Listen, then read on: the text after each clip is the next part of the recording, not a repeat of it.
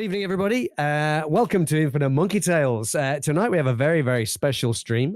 We have Simon Todd here. We're very honored to have you here, sir. Do you have like an elevator pitch for the game that you'd like to tell everybody about? This is a game set in the 17th century. It's an alternative history game. So all the things that people were paranoid and neurotic about back in the 17th century, like the undead, like witches, like anything supernatural is actually real, and it's how the nobility basically accounted for all that. So most members of the nobility would have court warlocks. In the villages, there'd be cunning folk that would be addressing the local issues. There would be a group of people called the intelligencers that would be going around the country checking whether unlicensed spellcasters would be, so I've basically taken real history and I've just included the what they were scared of is actually real.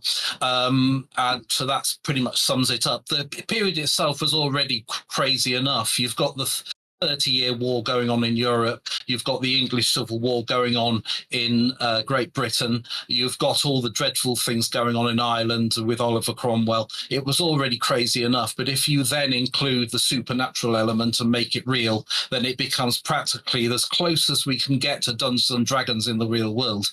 And so we're going to throw ourselves into this world with you this evening. And I think we can go ahead and do that without further ado, shall we? Okay, I'm going to put up the first thing on the screen. Come on, you can do it. There it is. So, they say storms rolling in off the western seas are the fiercest and most savage travelling folk have the misfortune to encounter. You can now vouch for this as you pass along a muddy track. This is the note that was handed to you by a messenger, one of the stationers that travel in the western parts of Cornwall.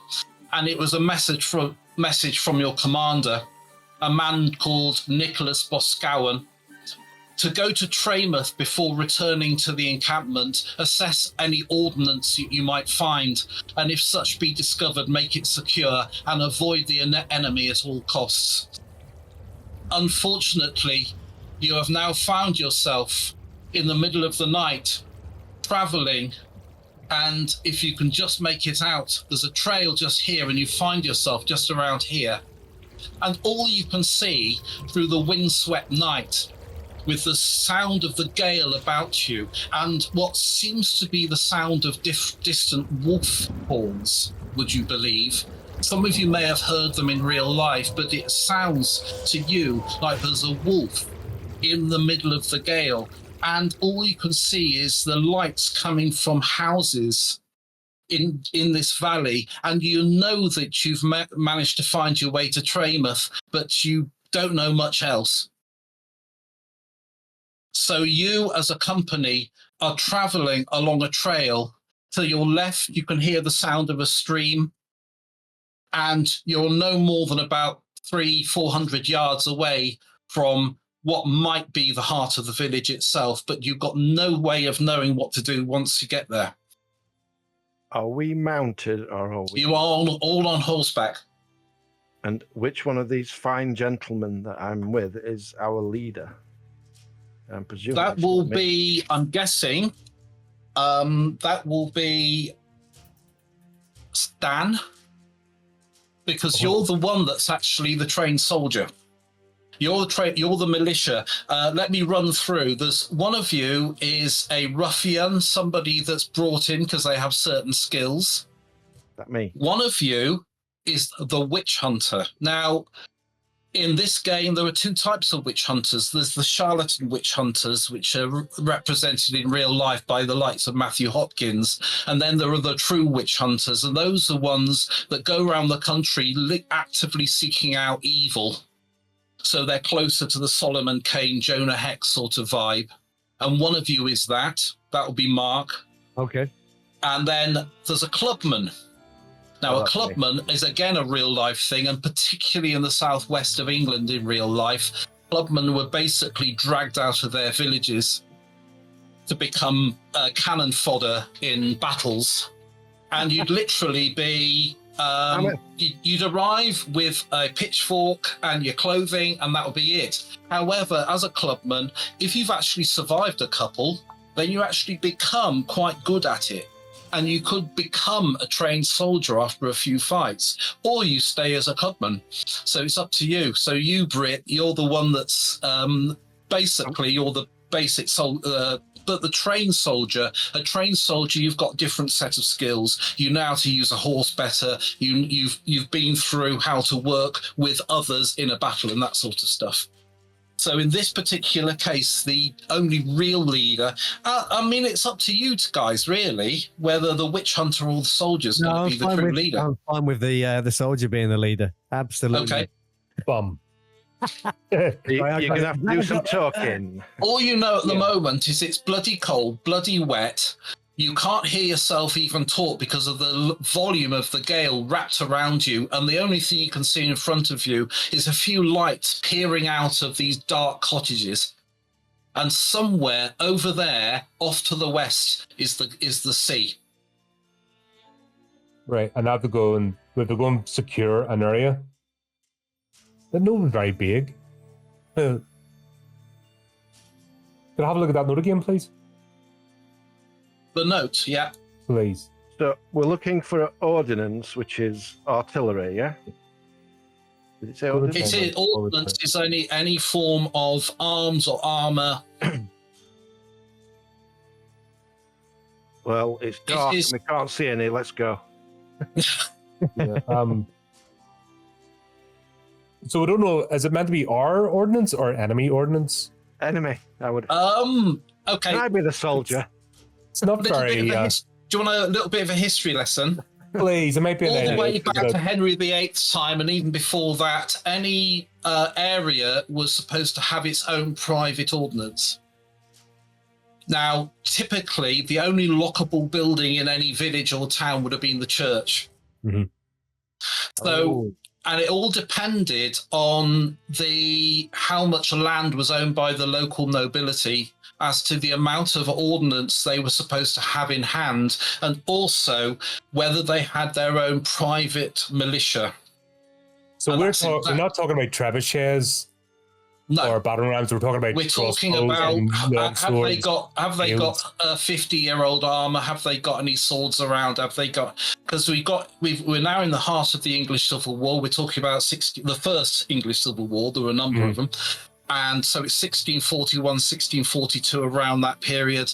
And so most armies, but armies of the Royalist and the Parliamentarian forces, were both actively seeking out as much extra stuff as they could get.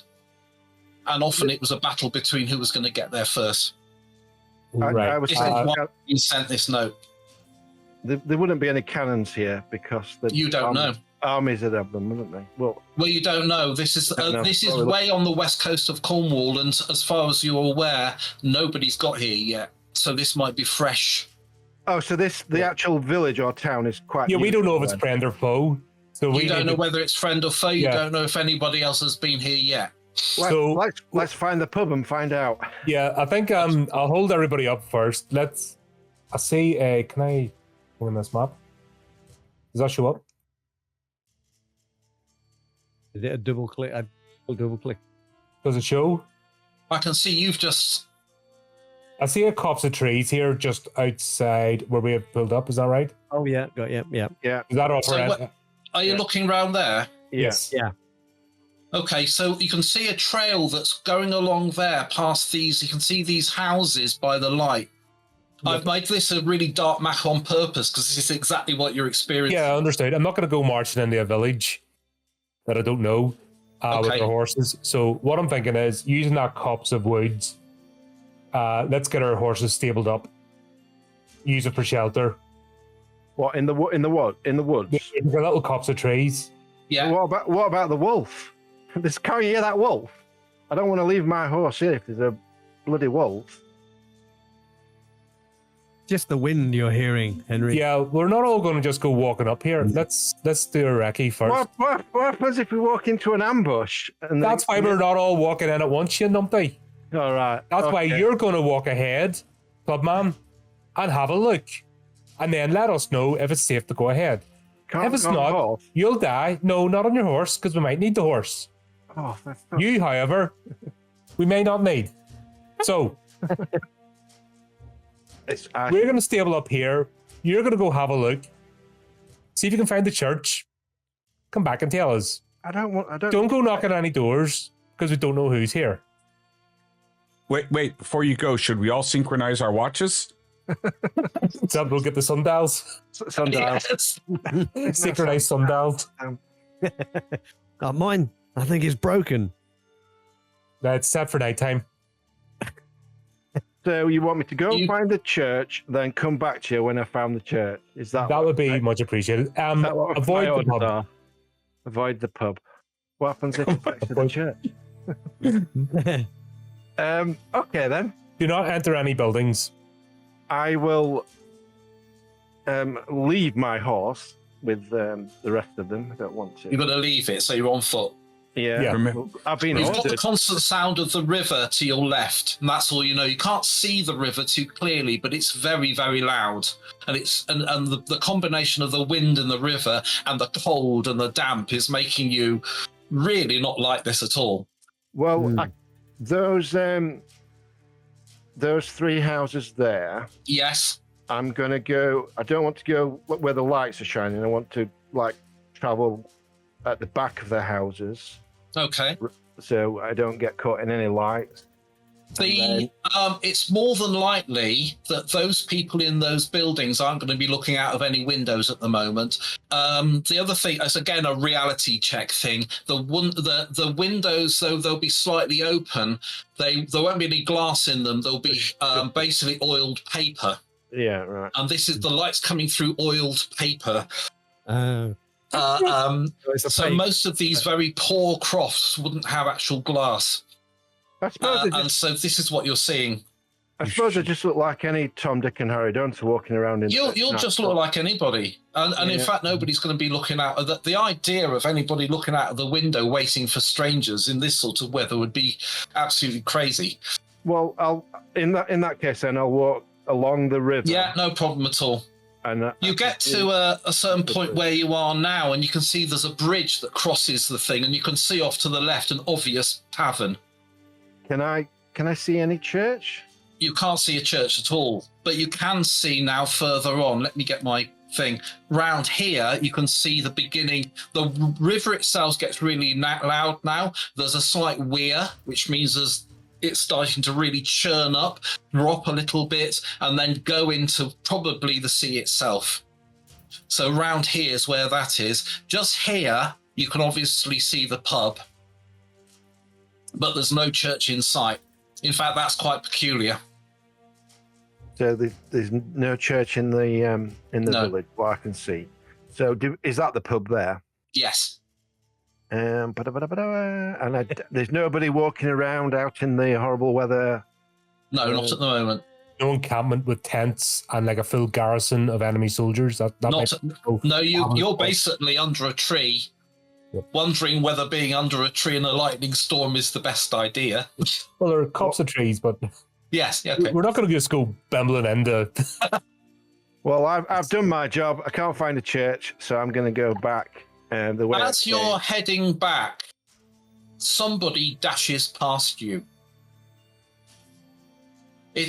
All you can hear is the sound of the footsteps and somebody dashing past you and heading on towards the bridge. Turn round. Can I see? Could you roll a percentage dice on your character sheet? Should be a perception check. Perception. I did see it somewhere. 55%. And I've just rolled 8. Okay, so you're not sure. It's basically a cloaked figure. And they've just run past me onto the bridge. Onto the bridge. And they're running at some pace, though you can tell by their gait that they're not runners, or they might be quite old, one of that, but you don't know anything more about it than that. I'll carry on back to the others. I'm okay. I don't want to give chase or anything. You make way back to the others. The rest of you have been standing here. Cholera the dog has just been huddled up against the tree. Cholera the dog. I love that. There's a dog called Cholera, everybody. It belongs to one of us. Can anybody guess who? He's a small little dog. He's not very happy in the rain, but as long as I keep him fed, he keeps me company. I just like the idea of you shouting it out every now and again. Cholera! Cholera! No, Here! you Here! would- Cholera! of course, you would hear me shout cholera. Of course. Cholera. because Oh, that's right. it's- Oh, with the Welsh accentuation is different. Yes. French. Oh, well. Yes, it's French. Cornwall was practically its own country anyway back then. That's Celtic for a cousin's wedding, isn't it? Yeah, Well, I would. No, I would Cornwall. probably be avoid Cholera. cholera. I'd probably Cholera. avoid talking as much as possible, simply because, I mean, somebody might notice that I have a foreign accent, or at least an accent that's not local, and that would That's be not good. a sure giveaway that I'm not where I'm supposed to be. Mhm. I don't trust him. There's a nightly fingers and toes check to make sure we all have the right amount. So you make your way Single back cab. to the others. They're still where you left them, I presume. Yep. That's all hide. Yeah. Hide from Henry. All the horses lined up behind the tree. Right, I'm going back to the pub then. What did you there's find, no- Henry? There's no church. I couldn't see a That's church wonderful. anywhere. Do they? Well, Of there's course, the a army pub. did. And that's their I only- largest meeting hall? It's across a bridge, and it looks like the main building. And I only saw one person. Just somebody ran past me. Right. No I don't enemy know. activity. Obviously, a mission. Didn't see anybody. Right. Nobody. That's All right, wonderful. folks. I guess we'll. We can go home. We can Yeah. report back. I've done The army nothing is to moved. report. Let's go. Game over. Nah, right. They've moved. Well, It must have been. Did you say there was a main building? Wrong. It looked Or a like the bridge? bar, like an inn, a big inn. So maybe we could go there, stable the horses, get out of this horrible weather. Let's not announce our intentions. We'll just be traveling. We don't know who's here, what's what. So let's we'll go to the end, stable our horses, and we'll. Is there a vantage point that we could maybe get up to, like a hillock or something? That You from that place, recently, just before the copse, if you look back here, there is the beginnings of a road that's heading up that way. But there's no light beyond it, so it's literally pitch black. That up there is pitch black. It's Yep, we're not taking the horses up there. That's how ankles get broken, and I don't we know. could just say we're working for the witch hunter, and we're just traveling around looking for some witches. I don't know. I would think that if another there's a witch place on the fire. Yeah, keep us warm. Right, let's not announce why we're here. We'll go to the inn Okay. if it is an inn, and we'll see what the ground plays. Just keep your ears open, gents. Prior to doing that, is there anywhere that we could see, like a vantage point where we could look out upon seeing if there's a church steeple, like that blocking part of this dark skyline? Like it would make a distinct shape, even if it is dark. To an extent, you can certainly see to the west round. Hold on, where's my pointy thing again? Round here is certainly, you can see where the sea starts. But can you see the pointy thing into the darker bits here as well? Yes. Yes. In the darker bits, you can't really see much. So this is what the night's like. It's not really a lightning storm, so you can't get any flashes that are revealing anything. It's just a horrendous torrential downpour. So in terms of vantage points, you're pretty much stuck until the next morning. Here's an idea. Why don't we ask in the inn, where's the church? Again, if the church is being used as a military installation of sorts, and it's known to the locals, that might be a little. Oh, no. off-putting. We need a blessing for our glorious witch hunter for his work. So that's why we're looking for a church. I think the end. We'll go to the end first. Let's get our horses under cover and stabled.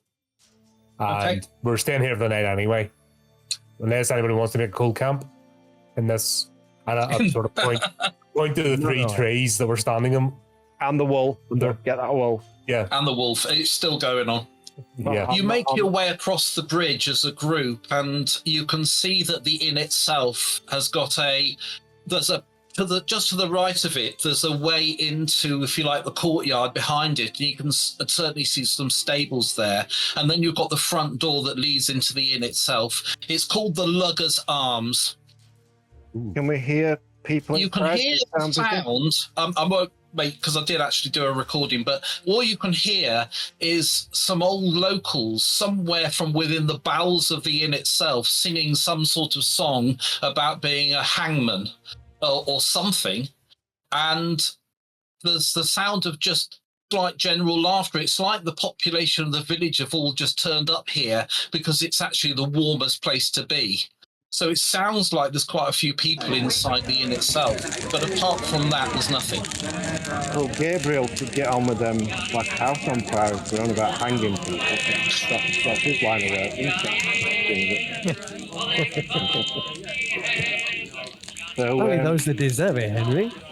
Of course, of course. So are you going to get your horses? I think I mean, is it like an archway into the courtyard then? That's right. Yeah, so we'll lead the horses through there. There's a young lad that pops out from one of the barns, and he goes, "Oh, customers! Oh, you must be drenched on a night like this. Let me take those horses. All right. You go inside, Mr. Sansom, sir. He'll look after the fee. It won't be much." I'm going to help the young lad with the horses, so I'll let those. Oh, thank you kindly, sir. They can go in and get killed, and I'll give him a copper anyway, and just say, "You're very attentive there, young man. Much appreciated." Oh, thank you kindly, sir. Wish you the best of evenings. And him and I'm just reminding myself of his name. Henry. I'll call you Henry. It's better than Teach. Because I'm a teacher, so it makes me feel weird. So Henry, you go into the stables. He's as good as his word. It's actually, there's not many horses here. Could you do a perception check, please, again? Can I actually look at the horses that are stabled here to see if I think any of them are military horses? That's a really good question. And there is literally two horses here, and they're both dray horses. And there's a mule. What?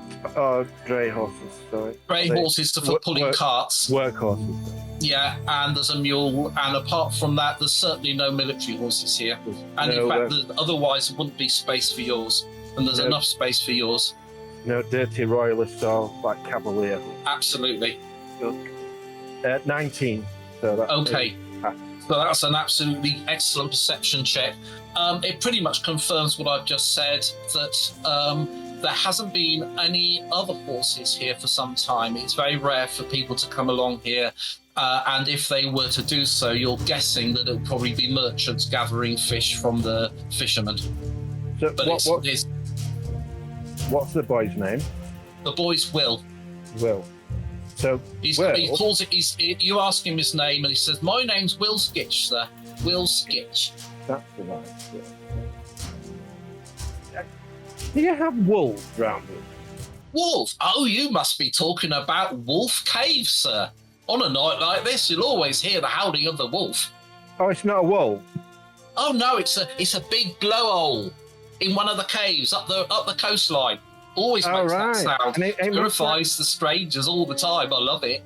Yeah, it scared my friends. So oh, bless them. Yeah, a bit. Anyway, I'll tip him as well. Thank you. I'll make sure your horses are well looked after and make sure all your gubbins has been sorted as well. Don't you fear, sir. You don't happen to have had any like recent travelling guests that look a bit like soldiery types? Soldiery types? No fear, sir. I know what happened down the way at Port Reef. That there were all sorts of soldiery types down there, and they took most of the lads. We're pretty scared of that sort of thing. Oh, hopefully we're out the way. So how Do I know of that? What he's talking about? You Is would that know of quite- it. Basically, they come into, and this is actually what did happen. They go into villages, take a lot of the stuff out of it. Whether you're a parliamentarian or royalist army, you'd go in there, take most of the resources out there, including the young lads to serve in your army. So most villages were terrified of both armies. So that's not nowhere near here though. It's nowhere near here. They've no. missed this place. All right. You've just got a load of fishermen.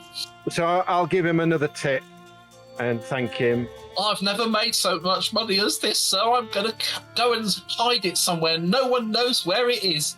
You do that. You save your money up, young sir, and I'll pat him on the head, and then I'll. Oh, go thank you, right sir. Meanwhile, the rest of you are making your way into the inn, I'm guessing? Yeah, that's right. If you've ever seen that film, American Werewolf in London, and the opening scene in the pub where the whole Slaughtered Lamb. it's a great film, and it starts off with these lads coming into, and this is actually what happens, because you've got the singing, you've got all the gossiping, and then suddenly there's this utter silence as everybody turns and looks at you for a moment. This is a cozy place, and it's filled with locals. There's just enough room for you guys to fit in, and after a sort of almost a millisecond of embarrassed silence, it's as if you don't exist, and they all carry on. You can hear in the distance one go, "Henry, have you got any more of that mild?" And then there's a hideous fart coming out of his bum as he comes over for more of that dark liquor that is served here. In the meanwhile, the landlord, who's you just found out is called Henry, calls out to you, "Strangers, come here, come here. I will help you. You need rooms for the night, don't you?" Do indeed, Henry. So, how can I help you, lads? We're just traveling through. It's absolutely horrendous outside, so we're. Well, I'm glad you made it through. Your young stable hands taking our mounts, thankfully, and good lad you have He's there. a good lad. Yeah, it's much appreciated. Good to see people welcoming us and helping out, especially on a night like this. It's horrendous. Well, to be honest with you and to be frank with you, sir, it's a little bit more coin in our purses that you've turned up. Any travellers on a night like this is welcome guests in my pub. Glad to be welcome. We're simple folk. We just need one room so we can put our bedrolls down. That's all right. That should be all right. Communal dawn, that'll cost you 6pence, sir. Nope. Give them 6pence. That you've got to realise the value of the money at that time. No idea. Okay, the average member of the nobility will bring in an annual sum of about £3,000, whereas a vagrant or the lowest of the commoners will be bringing in roughly £17 a year around that time. So 6pence is is a good enough money for this. You're looking at a farthing for a jug of beer for all of you. Mm-hmm. Okay. So, anyway. What about something warm to eat? Okay. If you you want food? Yeah, what I was thinking is get our bedrolls, get situated. Okay, he'll show you to the bedroll. He'll show you to the upper part of the barn. So he'll take you outside, cross where the horses are stabled, up the stairs around the side, and there are lanterns in there, and it's set up, and it's quite clean. It smells of horse, but it's quite clean, and it's a perfect place. You've slept in worse places. In fact, there was plenty of accounts from the period of most soldiers sleeping in bushes. I mean, that was, and that would be doing more harm to the soldiers than the actual battles. Yeah. So you're actually in a place of comfort right now. I wasn't entirely joking when I mentioned sleeping out in the cops. Yes. No, that was quite common. Yep. Before we go in, just sort of gather everybody around. I was like, right lads, very close to that village. We need to watch what we say and just keep our ears open. I don't think the probing questions is going to go well here. They'll put it straight on you as if we're after something. Henry, did you get anything from the young stable hand? Can I have not come back in? Because I've just remembered. Oh, right. Okay, so while he's down talking to the I'm just about to go through the door, and I thought, oh shit! And then I've turned around to go back to the stable lab. Okay. Right. So in terms of the way things are in this time period, I guess everybody attends church on a Sunday. Yes. Do we It's know actually in the what law. day of the week we are in? It is a Thursday. Thursday. Good, we don't have to go to church. Oh yes, you do. Sorry, I'm No, just thinking Bible- curse of the world. Well, if you know the bells start tolling, that's not a Sunday. Why are the bells tolling? There is no tolling a bell. Yeah, so we won't be able to follow anybody to church in the morning. Right. So I just say, basically, keep our ears open, but let's just act like the weary travelers. Act. And Act. yes, Dan? Henry, what are you planning to chat with the lad about?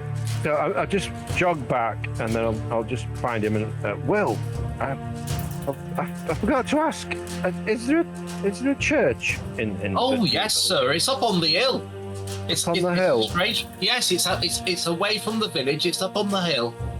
Like, get him to point me in like which He direction? points north. He points. I'll go onto the map again. He points up there somewhere.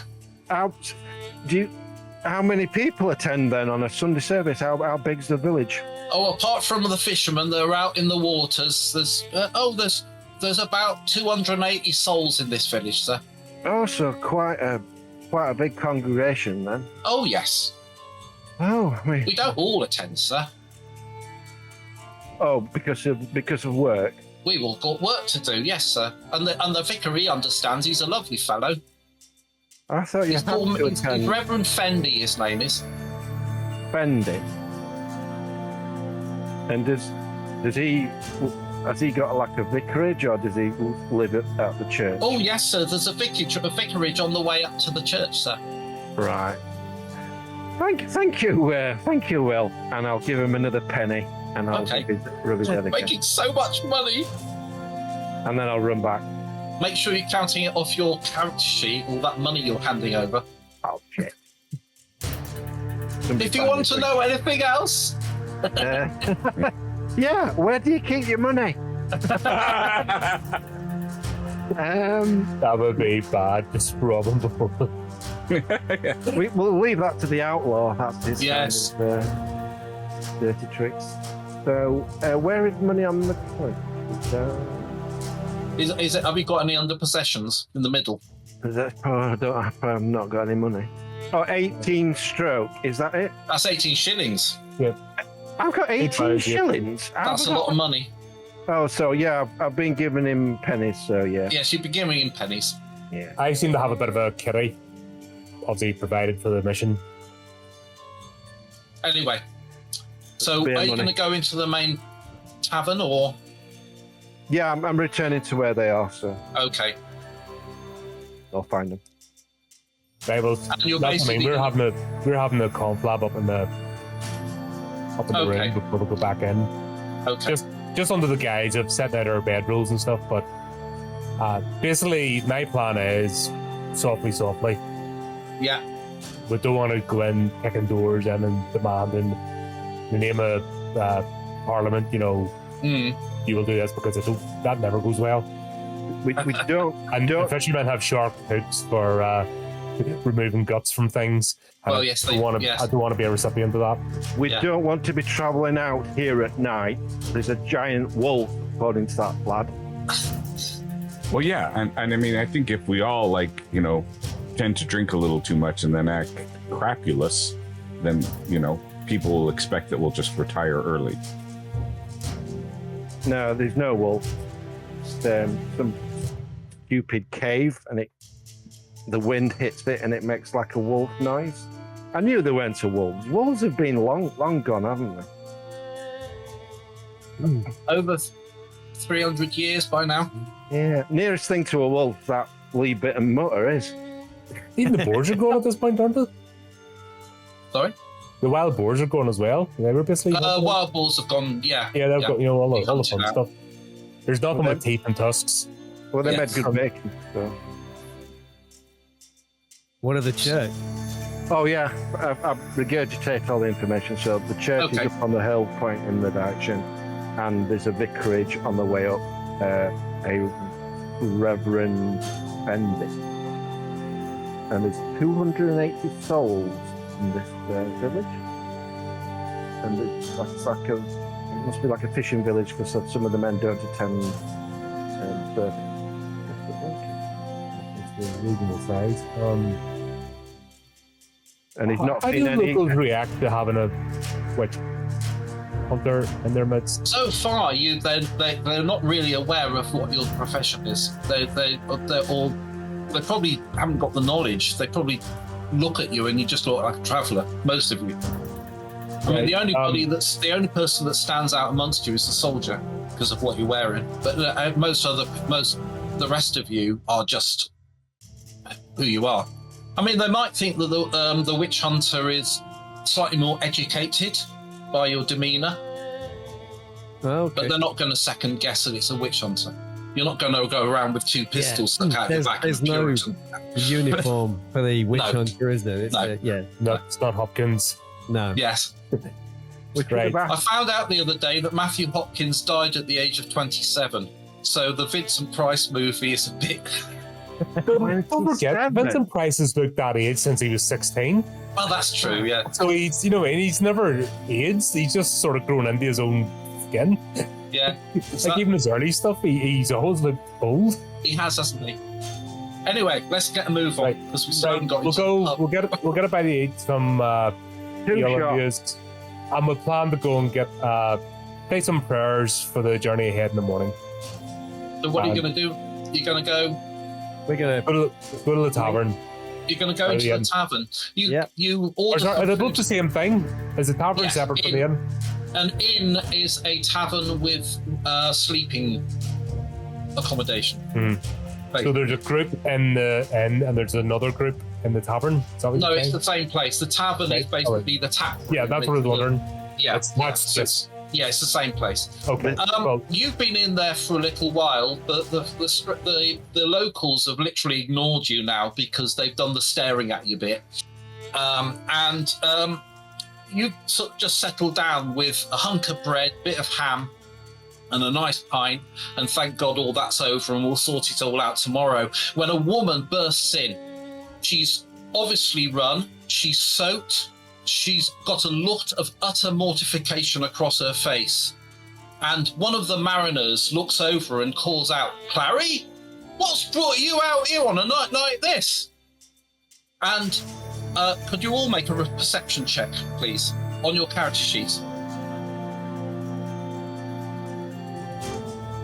83. I'm in my beer. Okay. Same here. I'm on a 86. I'm the same. Oh, it's good beer. Good beer. No, I succeeded with a 65 out of Good. 70. Right, well, I mean, ordinarily, if you wanted to know privately, blah, blah, but because one of you succeeded, it's obviously obvious that she's a housemaid by the clothing underneath her wraps. You can just make out the stockings and the shoes and that she's obviously got a type of uniform on, that she's also possibly a housemaid for a well-to-do gentleman, perhaps, or a family of some sort, just by the way that the underneath the outer cloak, what she's wearing. And this Clary calls out, "It's the Reverend! He's in a dreadful state! He's fair gone out of his mind, he has! He's babbling something dreadful! He's babbling about the very devil! I never heard anything like it!" And she starts sort of wittering on and almost breaking down, and you can see some of the sailors going over to her and basically trying to comfort her. Henry, the landlord's going around to her as well, and you're basically watching this happen. Is there anything that you're intending to do about it or say, or...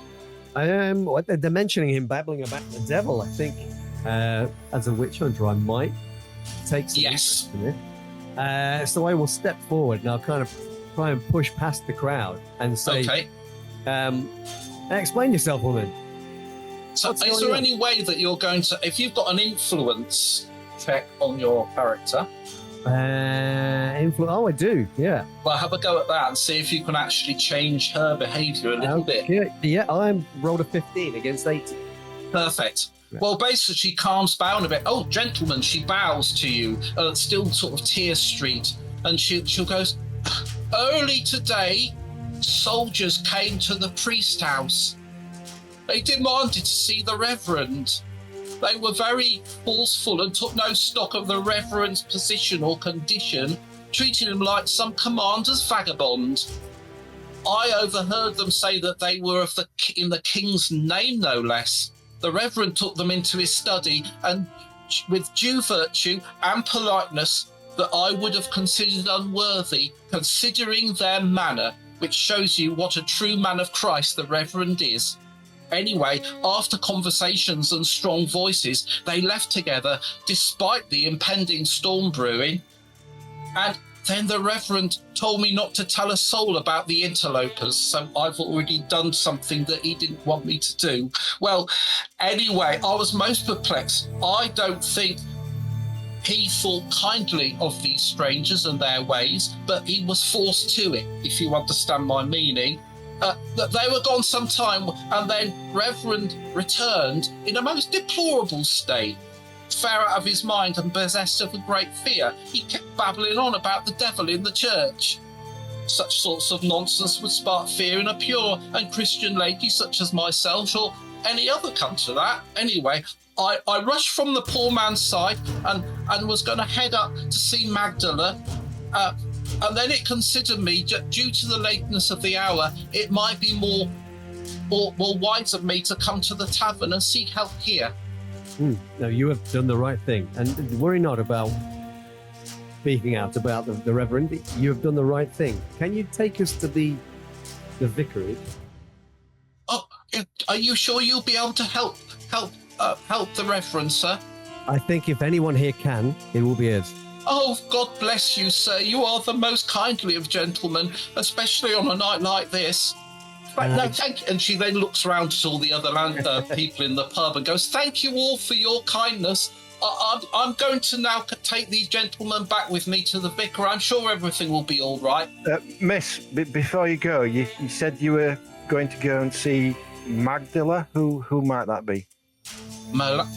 Magdala's the wise woman. She's the Videezy. She's the cunning folk in the village. She has all the answers to things like fear.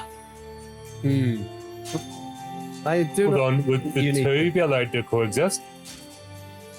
Yes, because if you think about the facts of magic, if magic is factual in this alternative history, then there would be. And in fact, in reality, there was a very uncomfortable truce. There were cunning folk that were looking after stuff like childbirth and ailments and things like that. Wise women were. And then there was they were, and then there was the local priest, and the local priest would have this sort of like, you stay in your territory and I'll stay in mine. I'll do God, you do the healing. And that's, in reality, that's how it would be. But if you then take it a step further and say that magic's real, then the priest would go, I don't like you being here, but it's good for the village that you are. So it's like having the cleric and the spellcaster, right? Yes.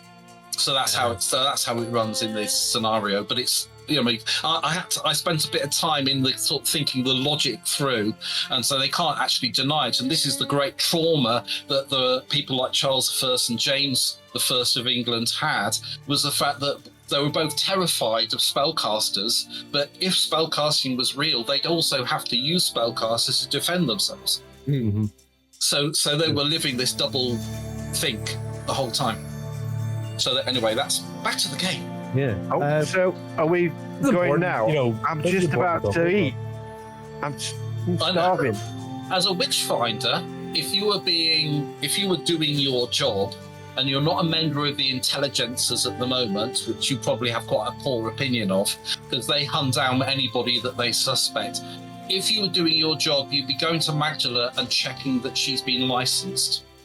Okay. And if she's been licensed, you'd basically say fair enough. Right. That's the back of your head. Yeah, I do intend to visit her at some point. I just think right now the Reverend is probably a slightly more critical issue.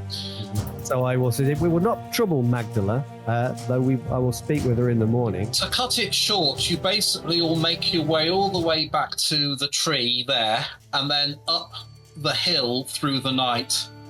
I might try and reveal a bit more. I've never done this before, so this should be fun. We were so close. So, Oh, nice. yes, you were. So it's up here, and there you go. That'll do. I'll just reveal that bit as well. Is that good enough for you? Yes, that's Yep. great. Yep. Thank you. So, Are we going to be like the- Reaper in his peach pie? So there is, once you get up here, this is the where I've just put the orange dot there. That's where the vicarage is at the top. There is light, but it's very, very low levels, and it's hidden by trees and bushes, so you wouldn't have seen it from the road beneath you. You've gone up a hill, which is why the road is that shape. So we're walking because we're stabled as well. Unless you want to take the horses, it's up to you. Yeah, 'cause I want to give Will a flip round head. 'Cause he said there weren't any soldiers. Wouldn't it, He wouldn't didn't- it the be soldiers- dangerous? I know. Oh, go on. It's likely the soldiers didn't go to the tavern at all, Yeah, that's right. so he wouldn't have seen them. So If you want to go and hit no. anyways. Do we want to take his horses, or are we just going on foot? I don't think so. I would want to take the horses if the vicar's, if the devil has gotten into him, imagine what it could do to our horses. We should I'm probably. just thinking if safer to those keep the soldiers horses come here. back, they're going to be on horseback and we'll be on foot. That's what I'm thinking. Don't want to be caught.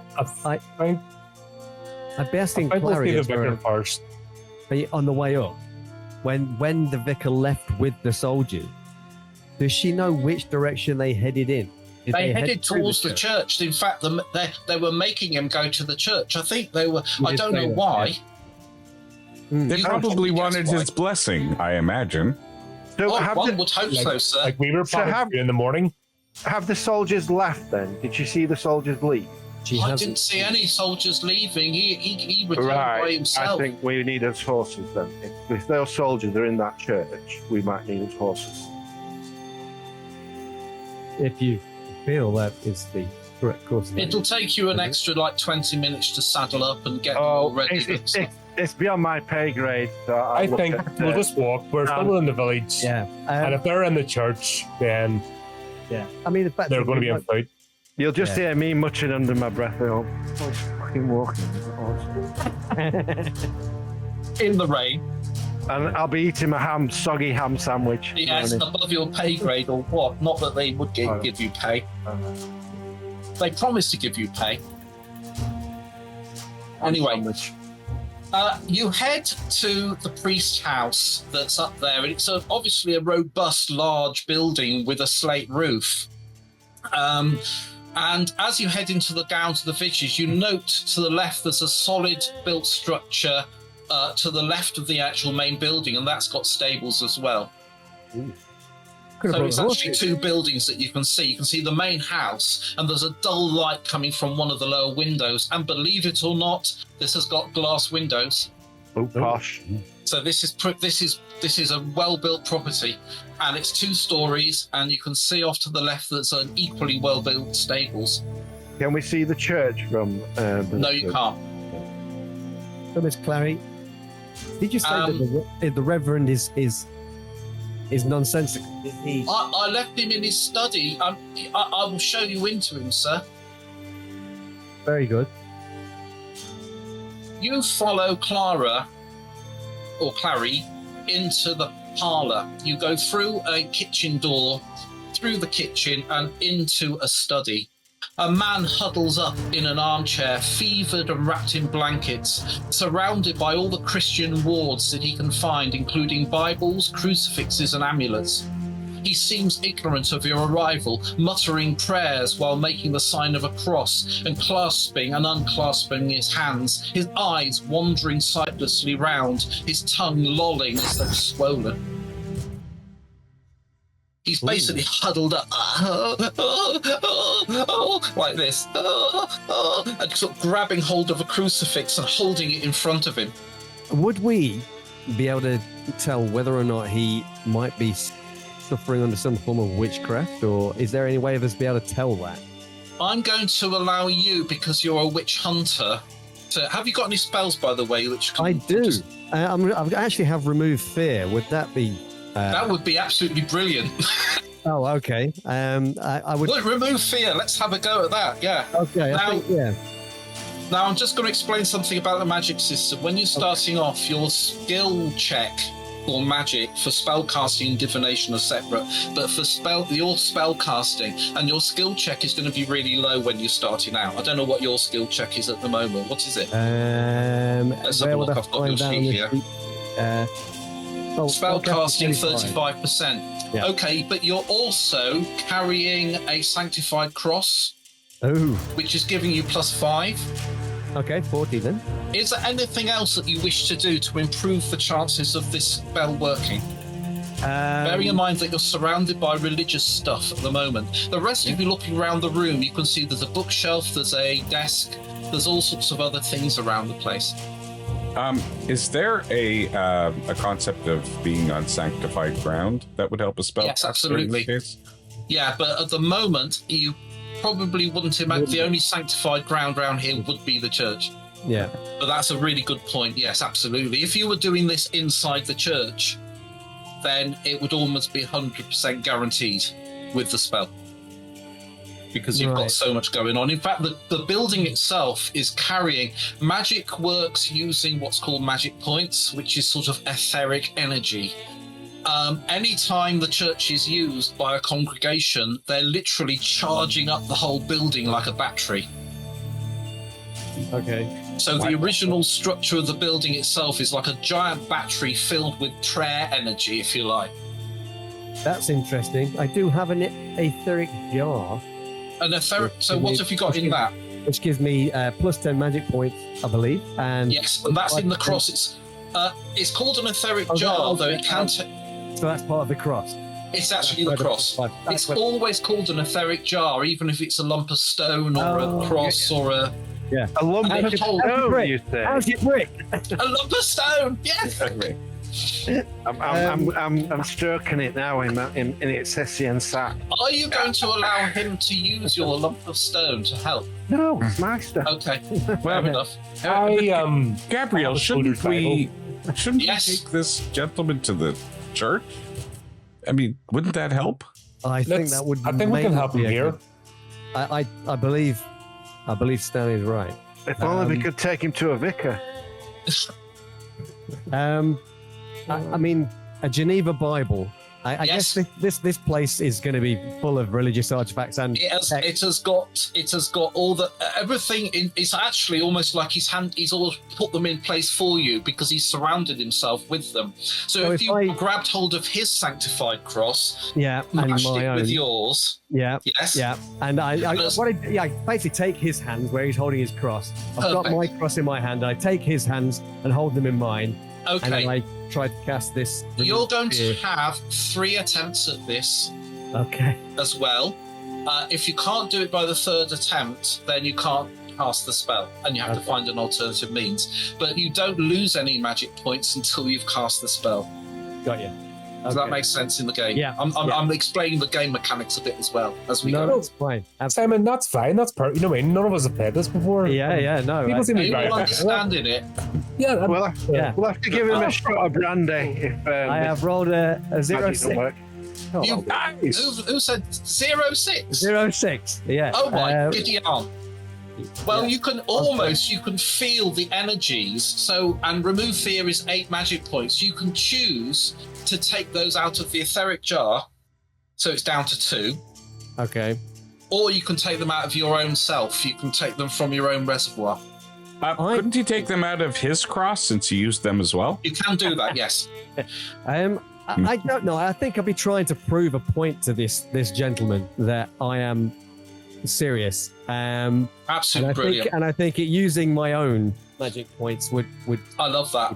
Yeah. In a normal game, if this was an ongoing game, you'd be putting a little dot next to your spell casting thing and then rolling a, like the Cthulhu. Oh, the improvement. To improve on it, yes. But because it's not a normal game, I want you to roll that percentage again.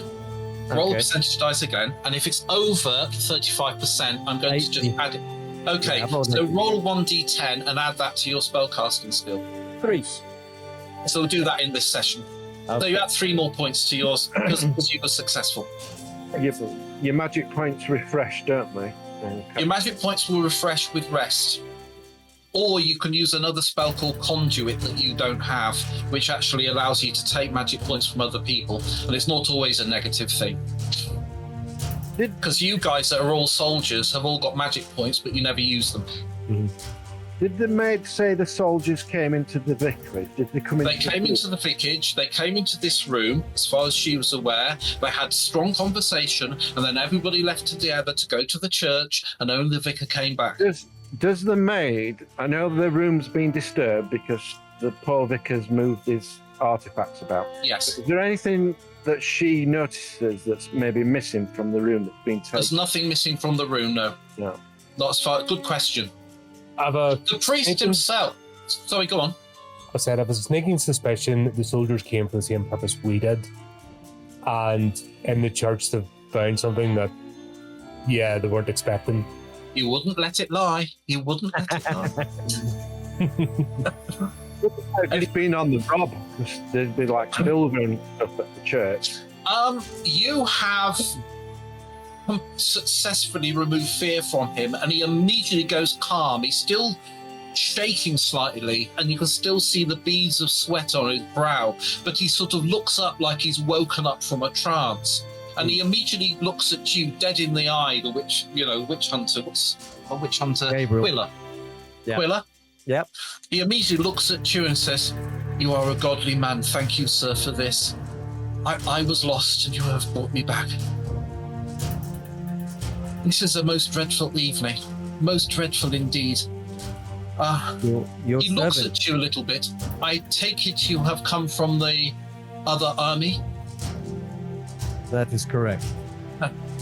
Yes. Well, I will give you a warning that the ordnance, such as it is, that lies within the tower of the church is out of bounds at the moment for obvious reasons. If you want to help us on this matter, then I will help you in any way I can.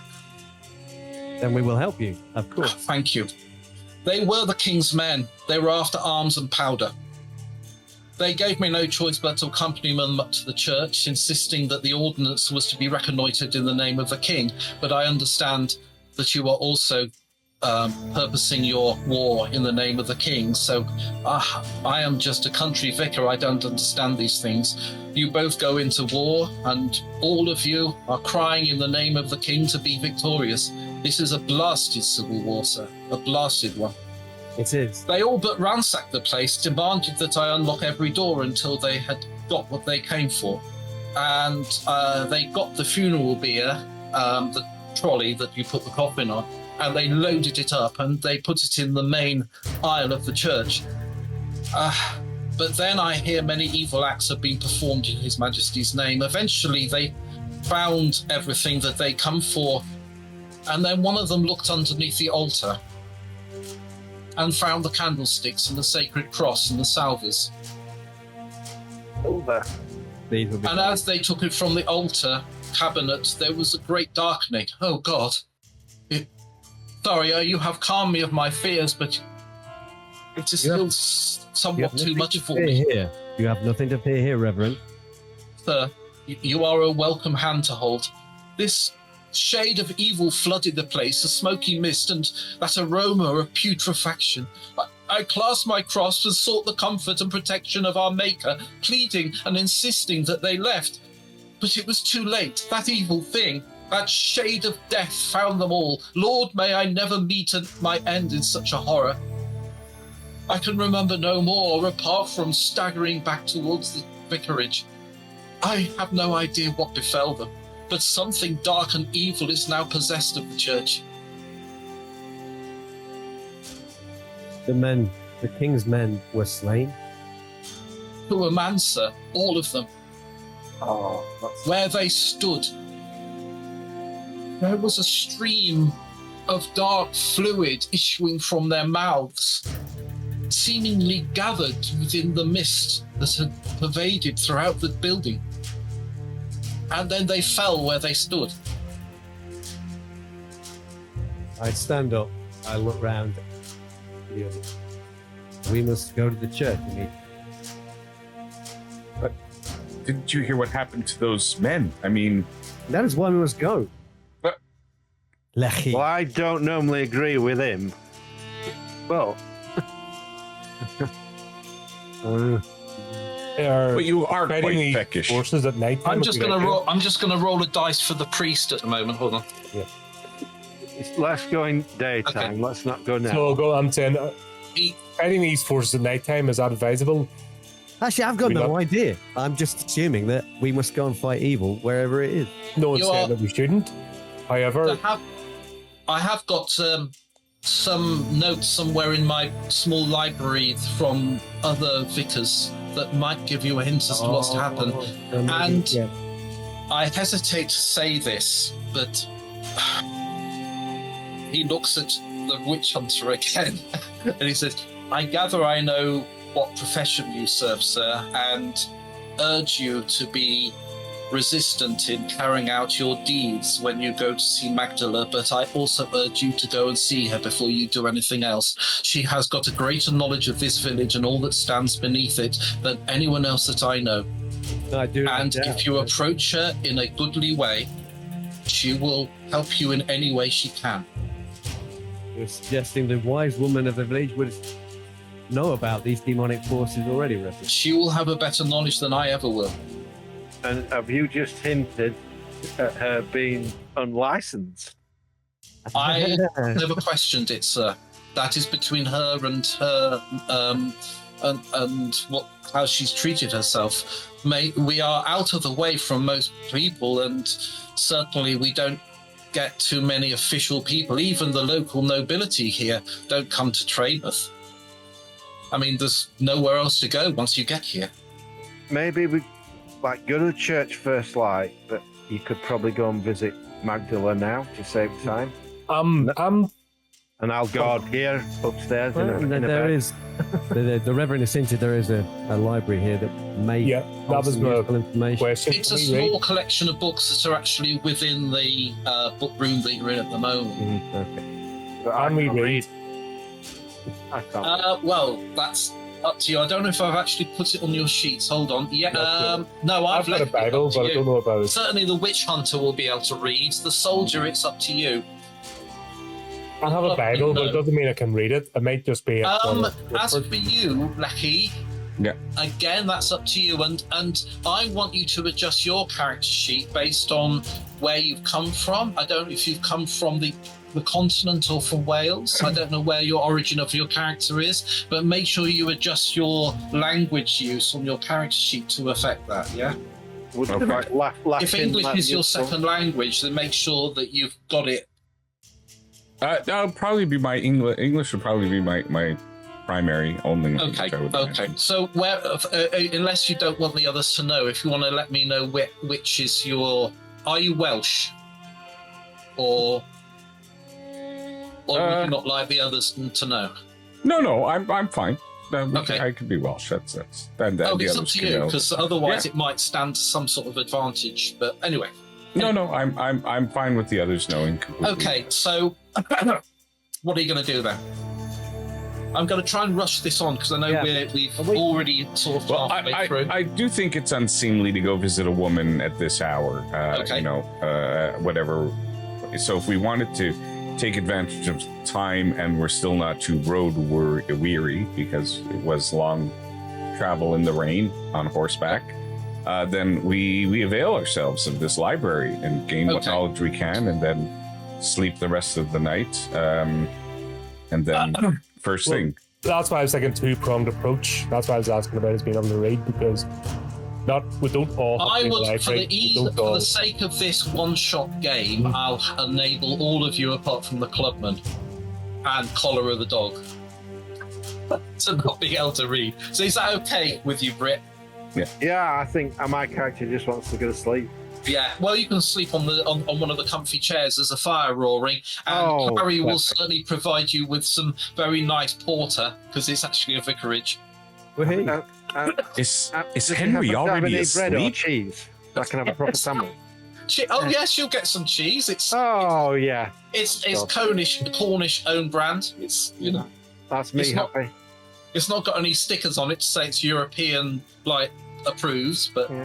probably living. It's Yarg, so it's covered in nettles. Yes, beautiful.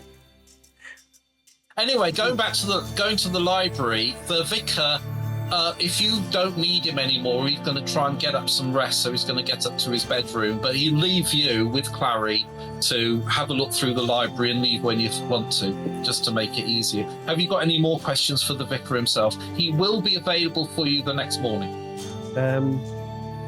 I don't have any right now. But Okay. No, I think that's fine. I think Fabulous. what we're trying to do is get some sort of indication. The only question that I would have, Vicar, do you have any, and anybody that helps you in the church, or somebody that you've been training, somebody who also has some, religious background, or are you managing this herd all by yourself? I am managing this flock all by myself, sir. I have one question. The ordnance, what was in the tower, does he know what it was? What was held there? I've got a very good knowledge of it, sir. Could you tell I'm us? just going to get to it on my crib sheet. Okay. We could just go back to base and tell them what's here. Let somebody else That deal with was, strictly speaking, that was what the... I'm not a coward. It's already secure because there's a demon. What? I'm keeping an eye on it. Theoretically. But certainly the vicar can tell you that there's a single barrel of slow match.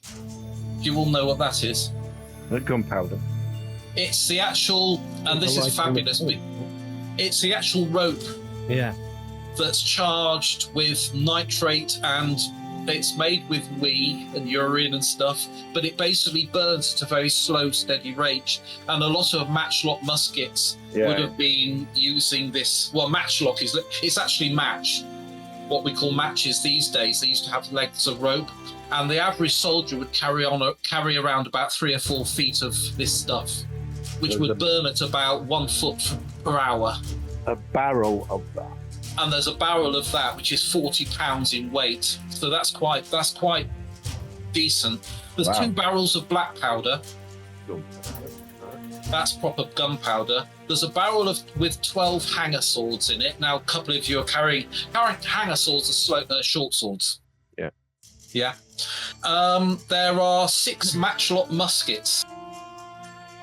There is 1 polypin containing 60 shots. A polypin is a small barrel.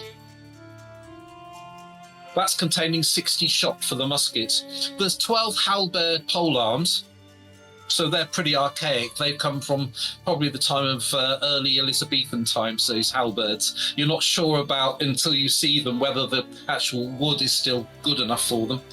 There is a number of helmets, and there are a number of jack coats, which is effectively padded armor, and that's all that he knows of. But he's got a good inventory of it. In fact, he'll write it down for you. Good armor, a small little platoon of men company. Oh yeah. If we were able to abscond with it, bring it back, we'd be hailed heroes. Absolutely. I'm sure the demon will. Just ask nicely. Well, it depends whose side the demon's on. You know what I mean? If it's a part, They'd be on the royalist side. Right? Come on. Yeah, it is a demon. I'm used to working with demons. The biggest riddle for you, keep going back to you, the witch hunter, because your knowledge will be closest to it, is what the hell, if you pardon the pun, Is it doing in the church? a demon doing in a sanctified building? Ooh. And it was sanctified. The vicar can attest to that. And it happened when they took the stuff from under And the it was altar. as soon as they took the silverware. So Yeah, but maybe there's I would- something under the altar. Well, What, Gabriel, warding is or- it possible that this church was built here to protect against it and to keep this demon in has anyone check? seen Dominion? The Exorcist 4? No, I haven't actually. Right, well, that's what I'm thinking. The church is maybe built over an old pagan ground as a form of protection. I'm thinking the church might get blown up with 2 barrels of gunpowder. That's what I'm thinking. That is based on definite truth. That a lot of the medieval churches built around the time of Edward II, like the 14th century, they were definitely built on old pagan sites because that's where the locals were going to be worshipping anyway. And if you plonk the Christian church on top of it, then it was almost like different building, same religious thing going on. So that's how they did it. So you actually, so I know Dominions nicked the idea from reality anyway. Yeah, it's It is a thing. I'm just going to nip away for 5 minutes, so I'm going to eat my cheese and go to sleep and have some dreams while they read some books, boring books. So Fair enough. I'll be back in 5. No problem. Yes, I think we go and consult any text that they've got. Anything that we can find regarding this church. Right, I'm just thinking about the game. Okay, I'm going to allow. Okay. I'm going to leave it up to you. What I've got in the actual text is that most of it's written in Latin. Okay. So I'm going to leave it up to you. Shall I need you to do a Latin check, or shall I have them written in English? How hard do you want this? Well, is it something that we could use the vicar to translate if we tell him what we're looking for? Yes. So that solved it anyway. So, Are there okay, the illustrations? other thing, if you go through everything, you come across one book that's definitely not Latin. It's written by a guy called Montague Hawley, and it's written in English. And in this book, it describes, and I'm going to show you, have a look on the screen. You have one page. Come on, there it is. And that's a page that's literally separate from the rest of the book that he's just put into the book. Like a loose sheet of paper. Yeah. Will somebody read this out? Do you want me to read it? I don't know if you... I mean, if you wish, just for the... Yeah. Say that. It basically says, I'm just going to move it away.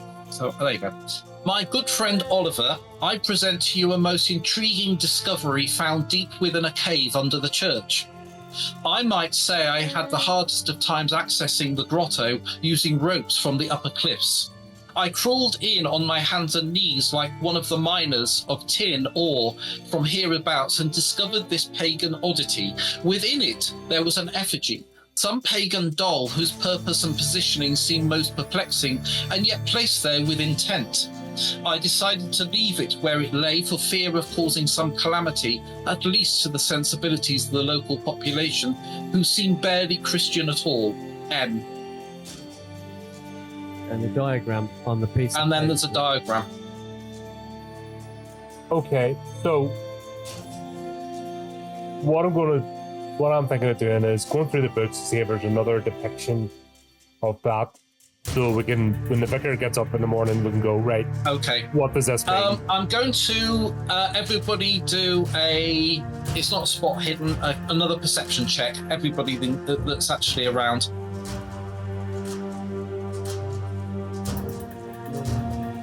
45, yes. 34 for me. Excellent. There is one further book, and it's a book of folklore. In English or Latin? It's in Latin.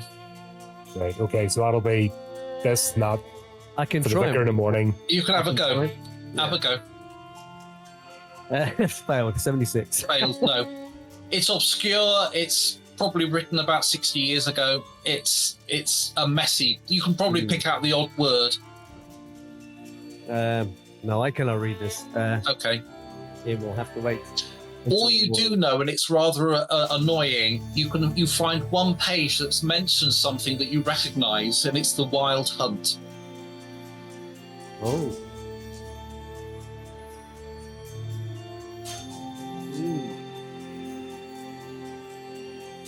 I wonder if this cave that it's referring to is the one. I look across it, the sleeping former. Henry. The Wolf Cave. Mm-hmm. Yeah, is this the one where the noise is coming from? May not be wind after all. As you're saying this, Carrie comes in. Is everything all right, gentlemen? Oh yes, Carrie, thank you. We're just doing a better I research. overheard you mentioning the wolf cave. It's somewhat half a mile up from the church, sir. Yes. So, but the congregation have not been allowed to go to the church for the last week because of the dreadful storms that we've been having. It's fair ripped off a whole chunk of the cliff, sir. And it's let the thing out. Mhm. That was right. I'm kind of. Would I? Hold on. This We'll would make be a hard to case think of of this. So very bad timing for our Kingsman friend. yeah, something was in the box. Something's been let out of the box, and Yeah. our enemies kindly went first. It was jolly decent of them, but rather sporting. And the cave could still have multiple entrances. So one half a mile away from the church could very well lead to another entrance in the church or underneath the church. I mean, this piece of paper seems to indicate that another entrance nearer, beneath the church. Assuming it is the same cave. Are you thinking if we speak to Magdalena in the morning, we do a two-pronged attack? I don't know. I don't know if that would be necessary. It would depend what Magdalena has to say. But if she knows this demon, she may know how we can vanquish it. I think we'll be able to test by her reaction when we ask her if she's going to be telling us the truth when knowing about this or not. Right. Well, we'll have some materials here. What I suggest is we get some rest for a couple of hours so we're fresh. I'll edit it out a little bit. So you get back to the pub. You've kept the books, the 2 books. Yeah. So you'll be allowed to have them. You're not allowed to keep the sanctified cross that's his, but you obviously keep your own. Overnight, you will be able to get all your magic points back, and you sleep in the barn. And then next morning, the sound of Peer Gynt's da da da da da. No, so everything's fine. The storm has abated. I'm going to use the word abated. There you go. Okay. Checking Google now. It's gone away. I do this to my students at school. I thought it would have meant lessened. To the point that it's... Yes, it has lessened. It's dwindled. It's... Yes. But it's not. It's still lurking. It could have It's you've just got this sort of like ragged, cloudy sky. We look out now, and you've got this ragged, cloudy sky. But apart from being dull, it's and the whole of the atmosphere is filled with the moisture that's been going on. You feel very much as if it's blown itself out as a storm. You head back downstairs from the top of the barn, obviously having dressed, because that would be scary. Go on. Yeah, I'd just like to ask Gabriel. I have been thinking and pondering the symbols that we found on that piece of paper all night. Does that resemble at all to you like a magic circle, a circle of containment, or a circle of protection? I mean, the document did mention a doll that was set in a very specific location, and it's looked like it was purposefully directed. Well, that's a good question. Does it look familiar to you? Could you do a law, all of you, and do a law arcane check? I cannot. Not Yeah, this there's all a character. chance. Yeah. I'll roll the dice. I have 0, 0. No. I will give you there are modifiers in my head. Oh, okay. Oh, I see. Yeah, I've rolled a 66 on a 30. No. 30. Yeah. I've got 0% chance, but I rolled 22. So Oh, that's no. I rolled a 44 and I'm No. Okay, it was a thought. You as a witch finder, you do know that warlocks are the ones that tend to use magic circles. It's spelled with a K, magic, CK, when it's a circle. And in this day and age, if you go into a court magician's, a court warlock's premises, you will find sometimes even literally ingrained into the floor itself, there will be a magic circle which they use as a conduit for casting most of their spells and their research stuff. But that's most warlocks are licensed because they, by their very trade, have come up through universities and stuff like that. Whereas the cunning folk who you're after tend not to use magic circles as much. They'll use natural circles like standing stones, coppices, mushroom rings, and things like that if they're doing the equivalent. But this is something else. This is possibly going back to pagan magic that you're looking at here, and indeed it will fall into the framework of magic circle. And what you know of magic circles, by their very definition, they ward. They're either conduits to allow things in, or they're ways of stopping things getting out. Okay. So you know that much about them. Right. And the cave collapsed.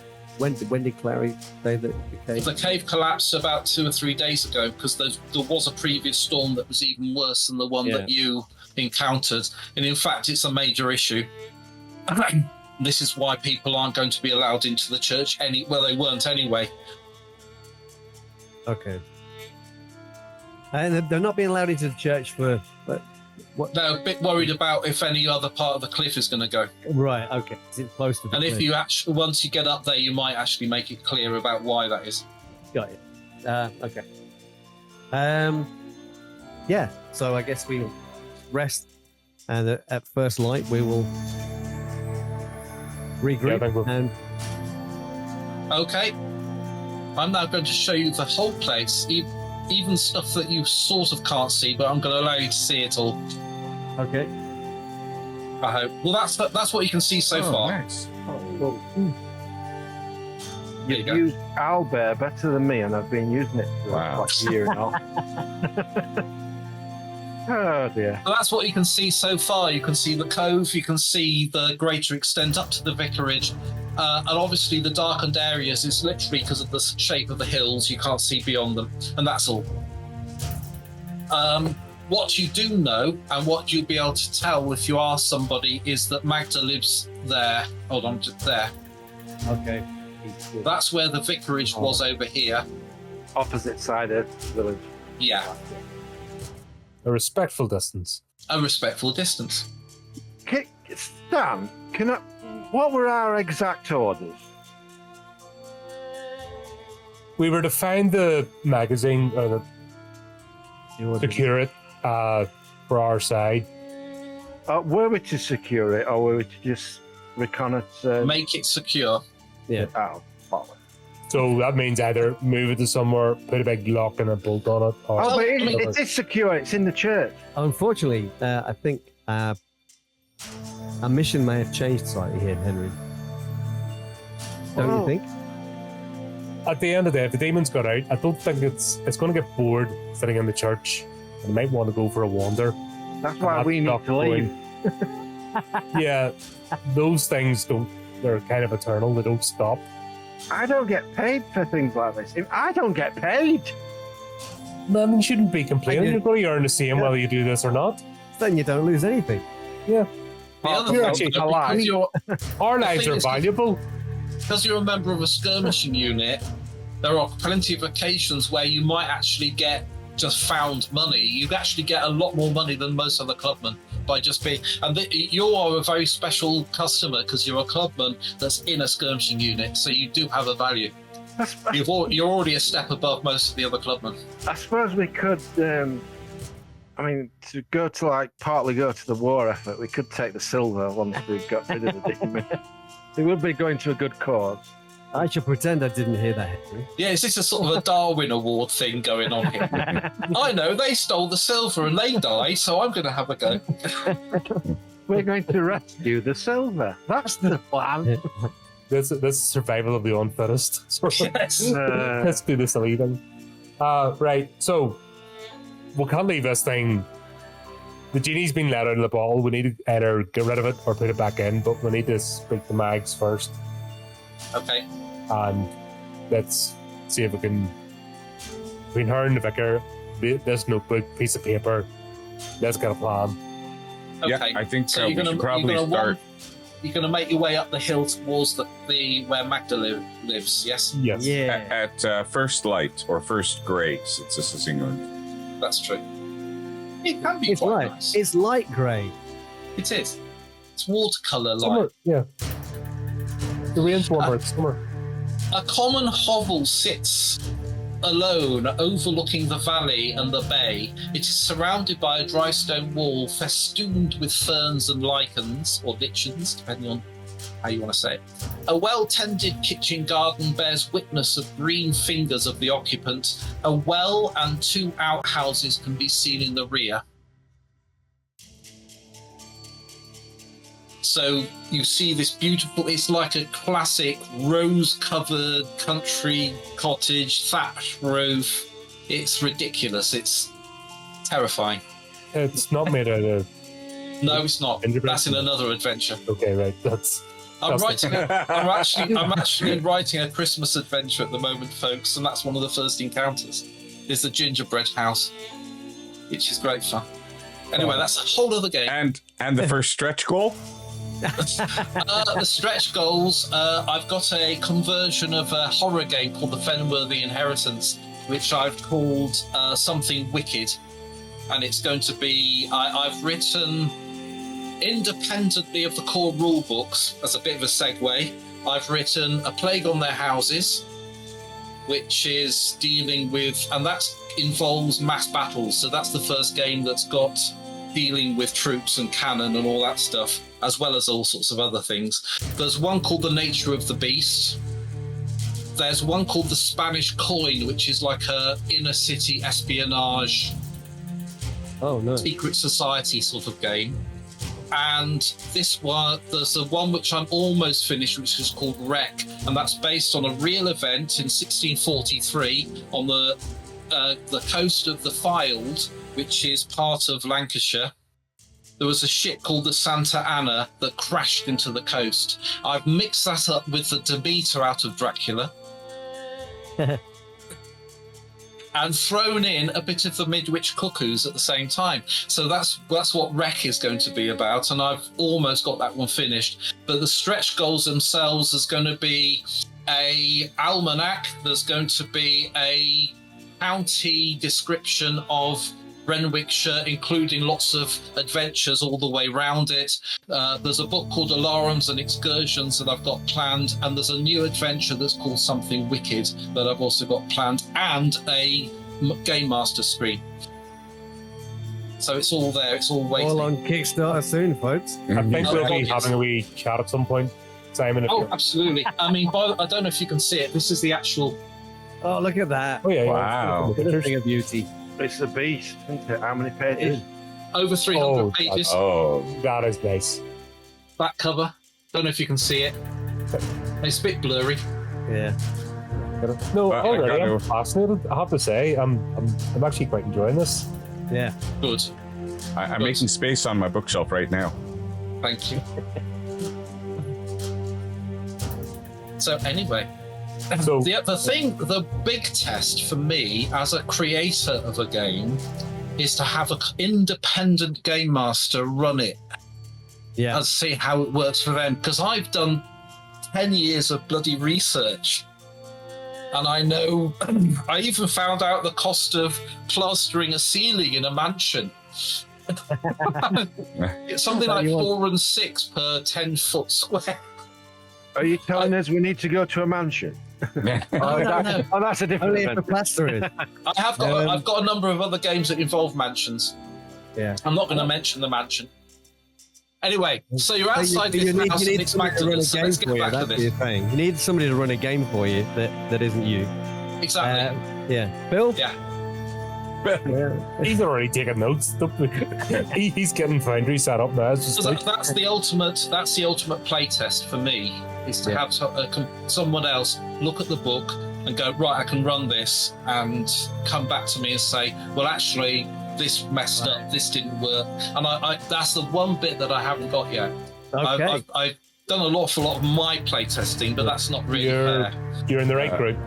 And Simon, if you just carefully, peek through your windows, curtains out your front area, you may see a gentleman standing right outside your house looking in.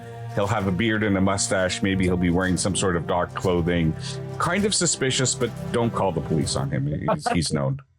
I think you're safe tonight, actually. I think he's in Skipton. Oh, there you go. He was meant to be taken. Oh, yes, because isn't it his wife doing a craft thingy? Yeah. Yeah. All the more reason why he's pitched out in a tent, like right outside your home. I think I know roughly where he lives, actually. Yeah. Anyway, that's oh, yeah, okay. Yeah. Because I live in just south of Barnsley. Here's the main test of this game. Can it survive the IMT tangent? Exactly. Nothing can hit. I had the first time I ran this to the Sealed Knot guys, they tried to murder the person that was going to give the quest. They were going to have a barroom brawl and then murder the priest. And I was going, and it was only one of them says, "No, hold, he is a religious man. Let us not do it." Oh, come on, can't I just stab him in the back? And it was like this.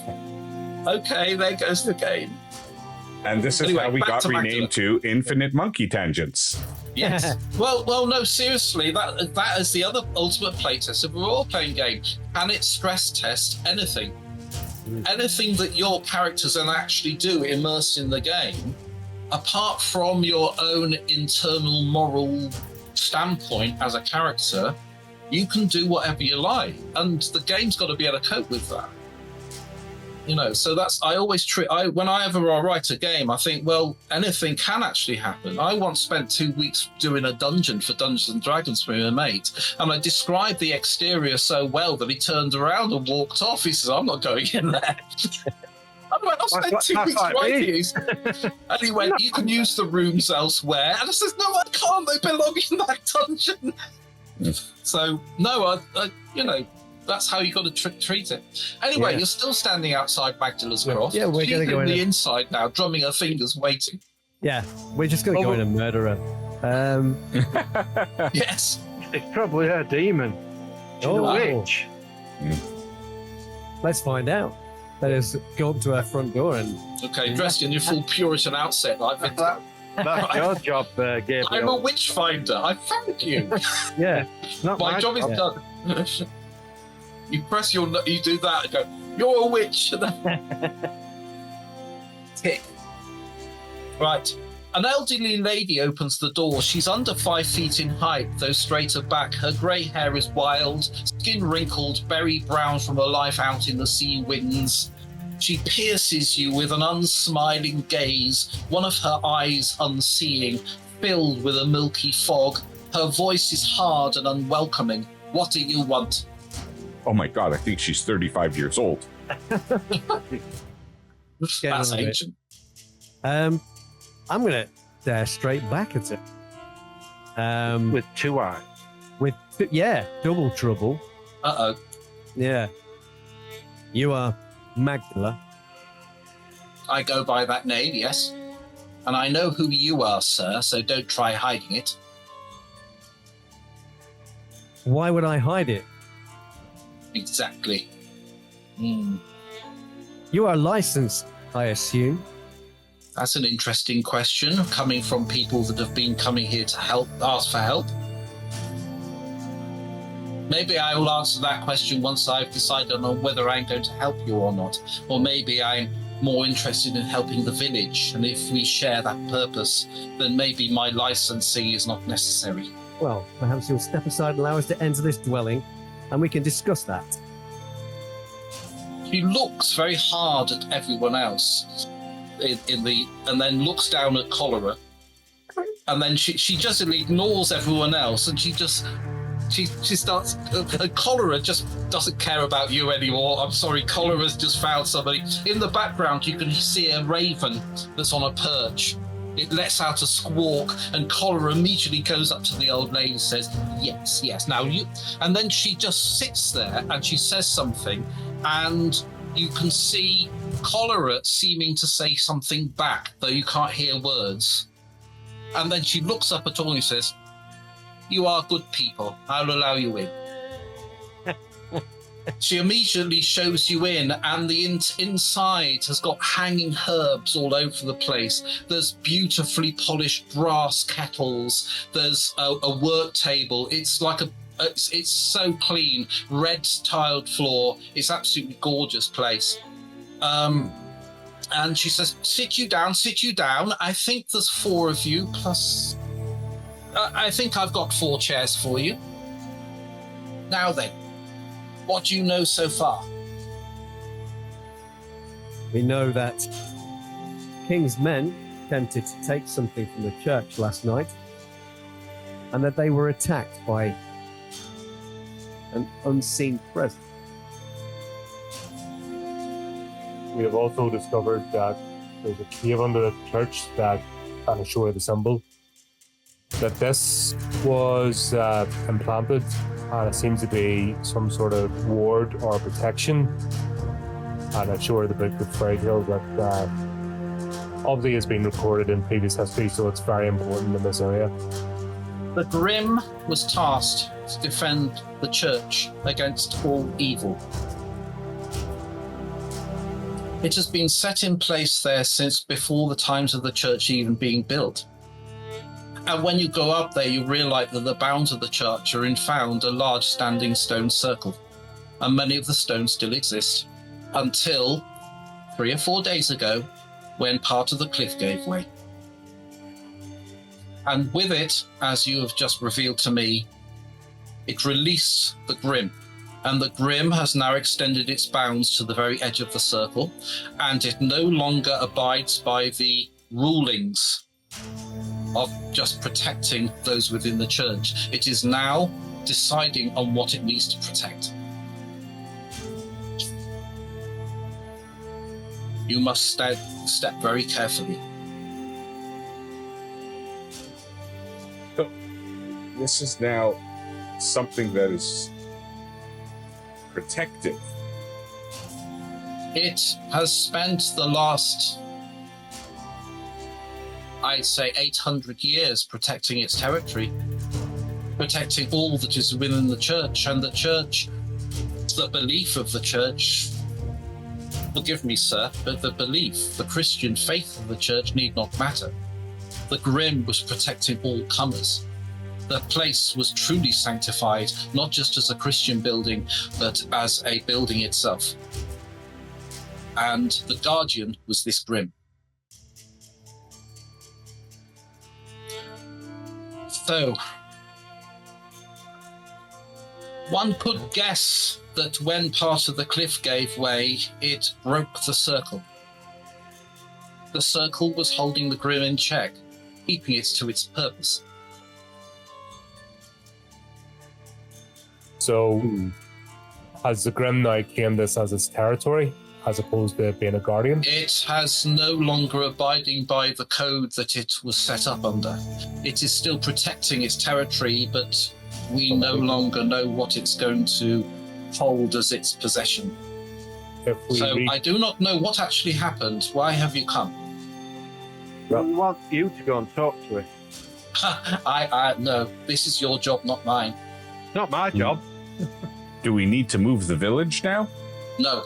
Everybody need to move from this area? I mean, We need to harness the Grim once more. Do not kill it. I know you are capable of such things.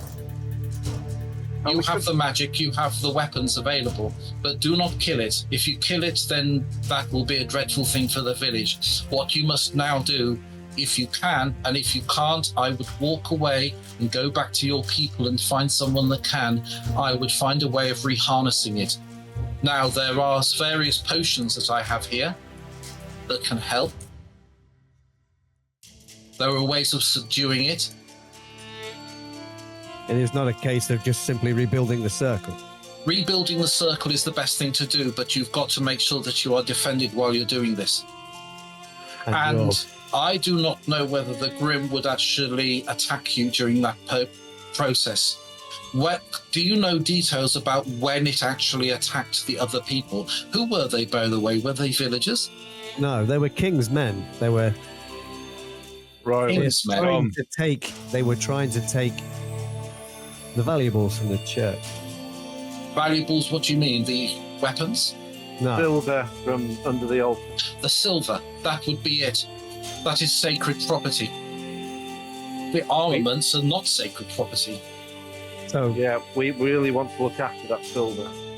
You could theoretically, gentlemen, walk away with all those armaments, and I would say good riddance to it. But you would leave the place in a wreck by doing so.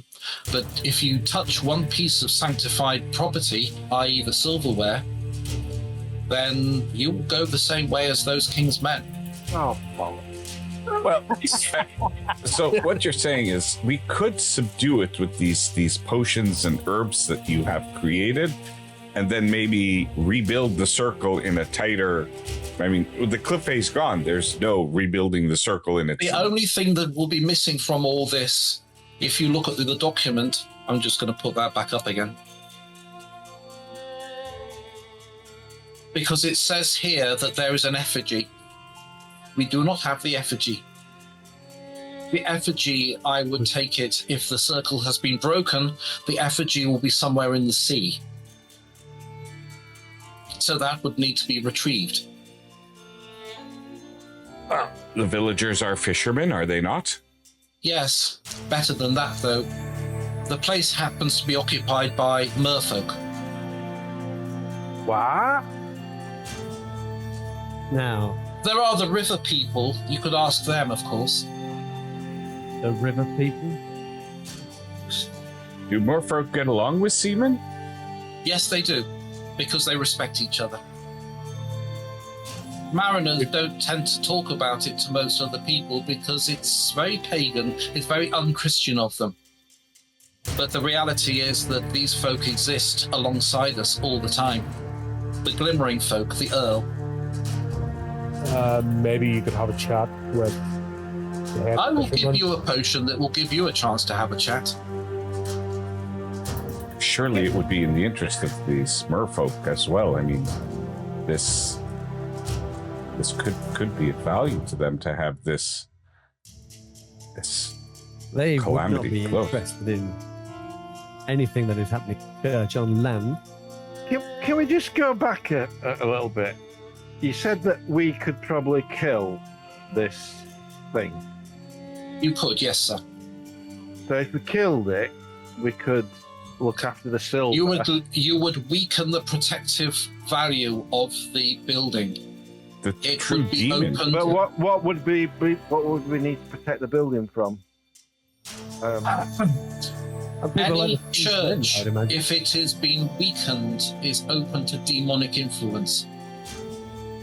It is a conduit to beyond the glimmering realm.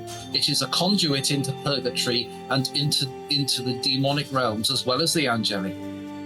You've seen the effects that it had on the vicar. What Yeah, happened to him? I've seen people like that when they're drunk. So The vicar's witness. I'm sorry, is this conversation a bit above your head, young man? You that's carrying a lucky stone? The one that has been one that has been blessed by cunning folk such as myself? how do you know about my stone? I see things, sir. And I know deep in your heart that you are a firm believer in the truth of all this, like everyone else in this room. It's just that your Christian sensibilities try to keep it in its place, yes? Yeah. And in a like manner, I do not deny the power of Christianity and the angelic realms. But I know the truth of other things. But this is a conversation for another time. Henry, we don't want to kill the convinced? Grim. We want the Grim to do its job. You want the Grim back in its place because it's actually one of the most powerful defenders of an area. It's got a runtime error of 404 at the moment. We need to reboot it. Could the merfolk be convinced to find the effigy, seeing it's in their territory? If you approach them with respect then they will help you. Is there a I payment know they would this. accept as well? Sorry? Is there a payment they would accept? Is there an offering that needs to be made? They do not need to be made an offering of. The very fact that you are giving them respect is offering enough. If you wish to give them an offering of your own choice, and it's something that really means something to you as a person, then that will have power. Every human walking on this planet is walking around with so much unharnessed energy and power, and most of it comes out of your gifts of kindness and generosity, deeds unlooked for. And this is why, in this time of a great civil war, we are causing so much of a calamity to our world. I could The give sooner this is them my resolved, the dog better. Part of Cholera. our- He is very valuable to me, but I don't think he will survive underwater. They would not accept it because they see the innocence of Cholera. And Cholera is indeed a wonderful dog and is the only being that convinced me that you were all good people. I was thinking about drowning. You that- do all have that power. you do have a magic rock, Henry. That power that we have from doing good deeds and stuff like that doesn't count for Henry, does it? I'm all about the silver. He's all about the talk. Ah, And you're resentful, aren't you? Because you were taken away from your village and you didn't want to become in the army. But once you gained a couple of battles, you realized that you started enjoying it. I shouldn't be here, but No, Yeah. you shouldn't. And yet at the same time, you wouldn't be anywhere else. It is the truth of those that take part in fighting that you either run away in a state of terror or you suddenly get a thrill out of it. And I think you're the latter. I think he enjoys the fruits of his. yeah, it is good money. I mean, I don't get paid, but it's still good money. If you want me to, I will get my familiar. And she points at the raven behind her to have a look at the area and let me know the state of the cliff. I can also see if Haruk can fly over the waters themselves and see if there's any likelihood that the effigy is visible. But apart from that, the only thing I can do, and she stands up and gives you 3 potions, is give you these. This one will enable you to breathe underwater. This one gives you face sight. That means that you can see things that are otherwise hidden. And this one will give you the language of the merfolk. It is your choice whether you use them or not. You're very generous. We are both serving the same purpose, and that is defending the village. Is that potion? Is that for one person, or would we all be able to take the potion? I would suggest that only one of you takes the potions and give it about 5 minutes between each imbibing, because you don't want one to mix them together, because that's a universal thing in most role-playing games. Don't call Well, dreams. I hope you Missability! hand those to Gabriel then. I've actually got it in the book, mixing potions. It's in here. Don't mix your drink. Don't mix your drinks. Right. So we need. Fortunately, you don't have to volunteer. consult the rules, do you? Who's Sorry? the most? I said, fortunately, you don't have to consult the rules at this point. Oh, no, not at the moment. No, gosh. I'm He just is the making them up rule. as I go along. Well, I made that up as well. No, I did. I actually did. I did a huge amount. So if you want to look at the library of stuff on witchcraft and in the 17th century I've got over there, it's absolutely crazy. Awesome. I did help that my wife was doing a MA in history and research at the same time, so she was helping me a lot. Oh, nice. Yeah. So, Great. because she's a sort of Shakespearean scholar, so she's she really did help. Awesome. Anyway, Who would be the most diplomatic amongst us? Me? Oh, the dog. oh. Let's I- send Food Henry, down. Don't go down. let Henry drink the potions. I don't even know Let him what that see if he word can means. breathe Do underwater. we want to start a war with the merfolk? I mean, I think Stan would have the most clout of all. You would speak with the most authority. He is the leader, after all. So. He would be speaking with the most.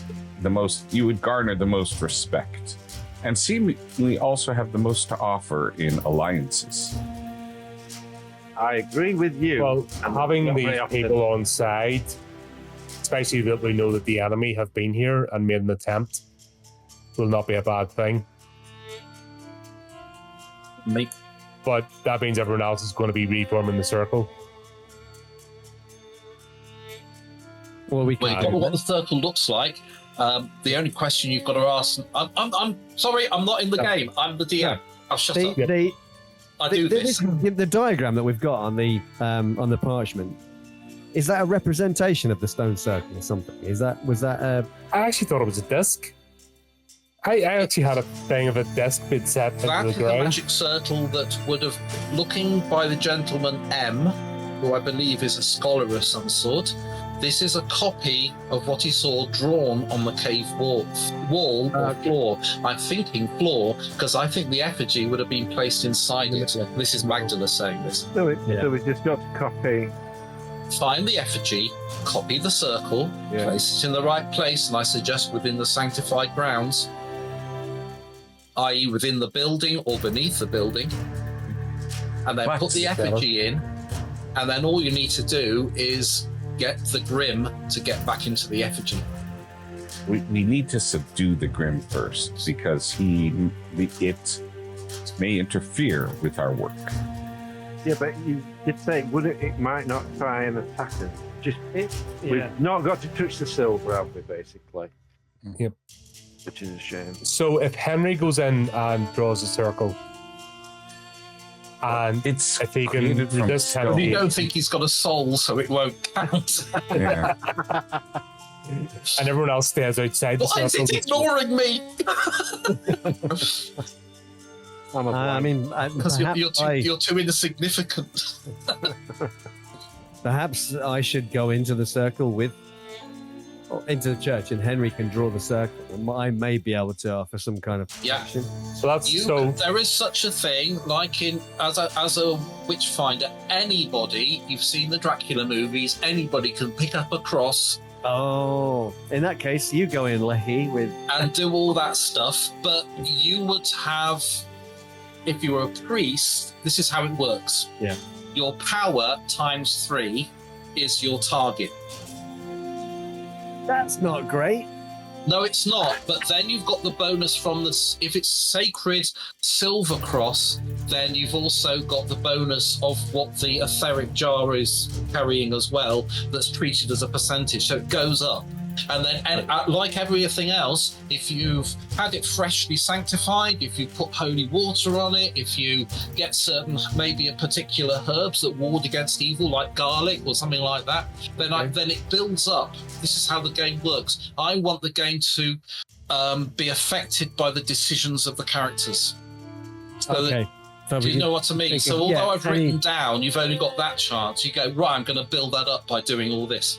Go ahead. Gabriel, I've never done this before, but I may actually let you touch my magic stone.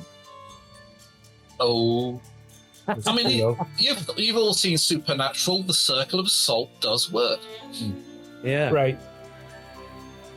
Gabriel, if you and the vicar try and communicate with the Grim while Lecky and Henry are redrawing the circle, I'll go and speak to the merfolk. Brilliant. Yeah. See if we can get the effigy. Can I then? Don't have. Nobody said they will have to be confrontational with the Grim. No, I think And the royalists, they set it off by attempting to steal.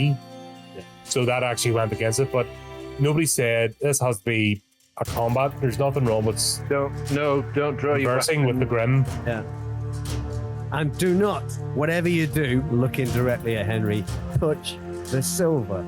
I'm just gonna metagame slightly again, in that as a game master, my usual rule, if it was Dungeons and Dragons, is have a fight in the first 10 minutes.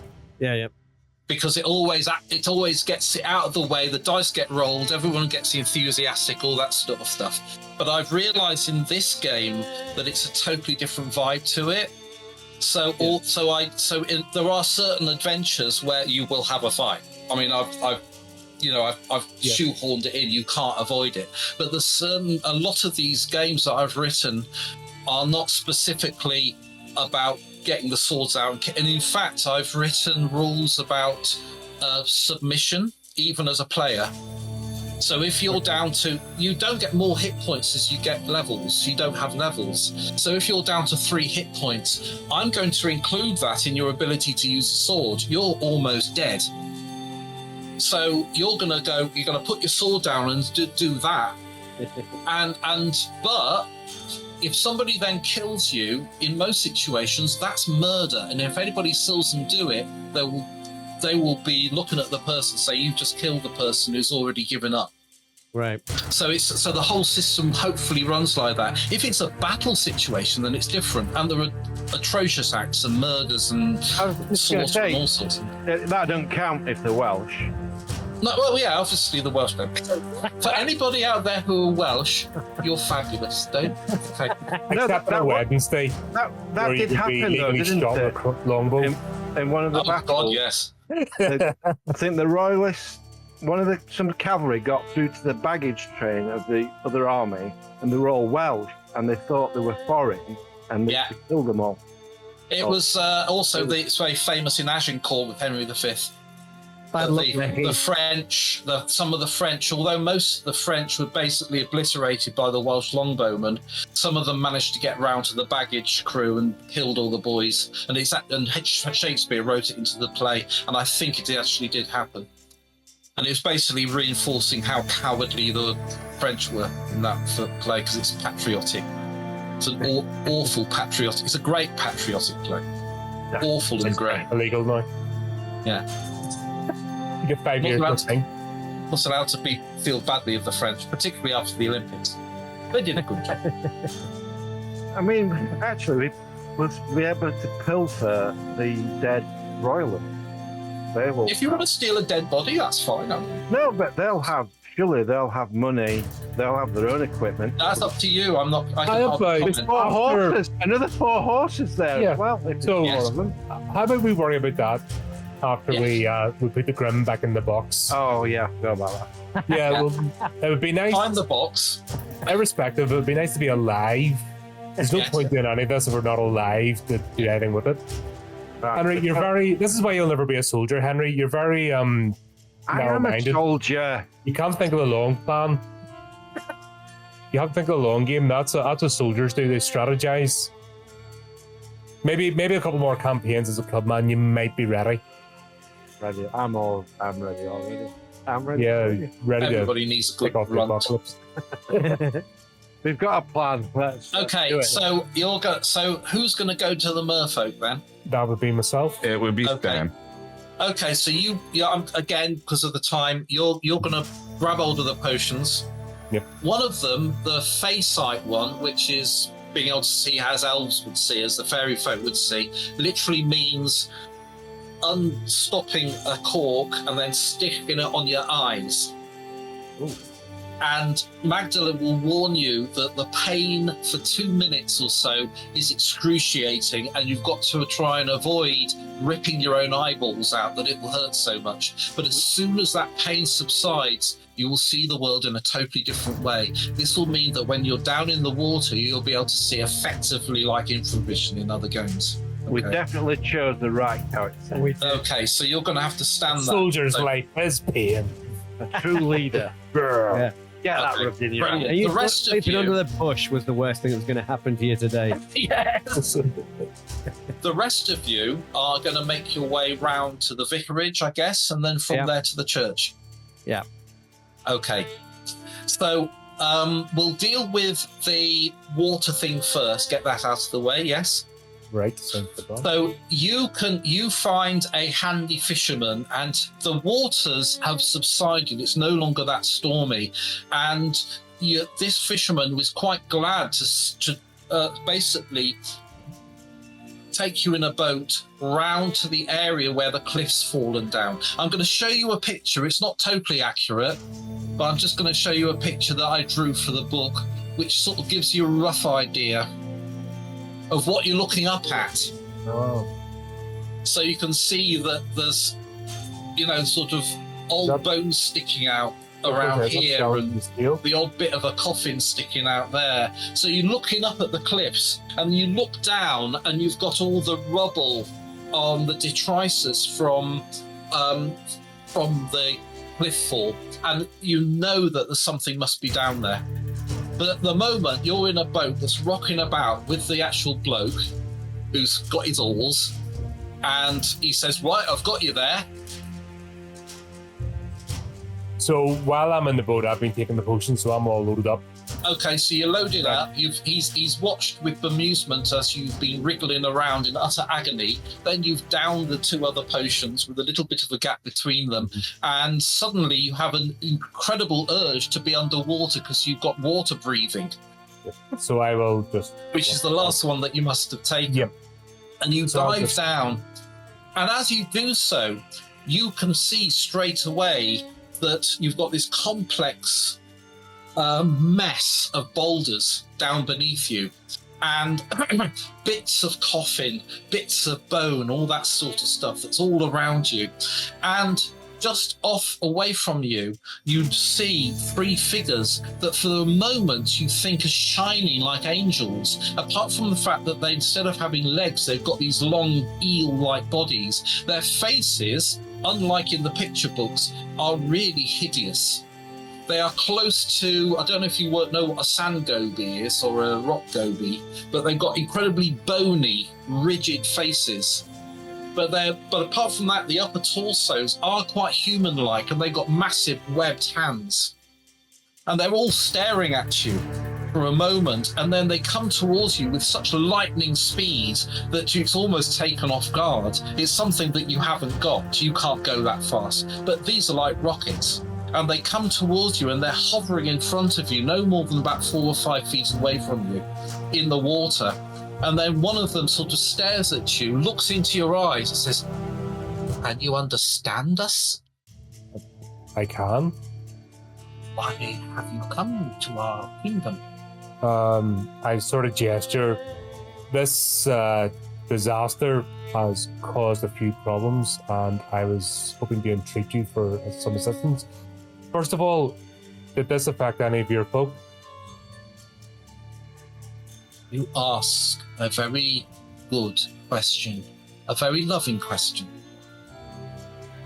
We are fine, but we fear there is something down there that needs retrieving, something that in time will poison the cove. And we do not want this. Oh, I believe that might be what I'm looking for. Then follow me. She grabs hold of you. You don't know if it's male or female. It grabs hold of you, and suddenly you're rushed down through in amongst the boulders. You can do all that you can just to avoid getting yourself scraped and bruised, but she seems to have such an innate skill of moving in and between them. You know damn well that there's no way you'd have been able to get down here by yourself. You'd been searching until the potions ran out. And finally, you look down underneath all the boulders, and you can see that there's this strange bone-carved thing that looks like it's in the shape of a dog. I cannot touch that thing. There, she points at it for you. I'll see if I can touch it. Yes, you can. Okay, you pick it up. It's smooth, and it looks like it's ancient. It's really, really ancient. Remove it from the waters, and you will have done us a favor.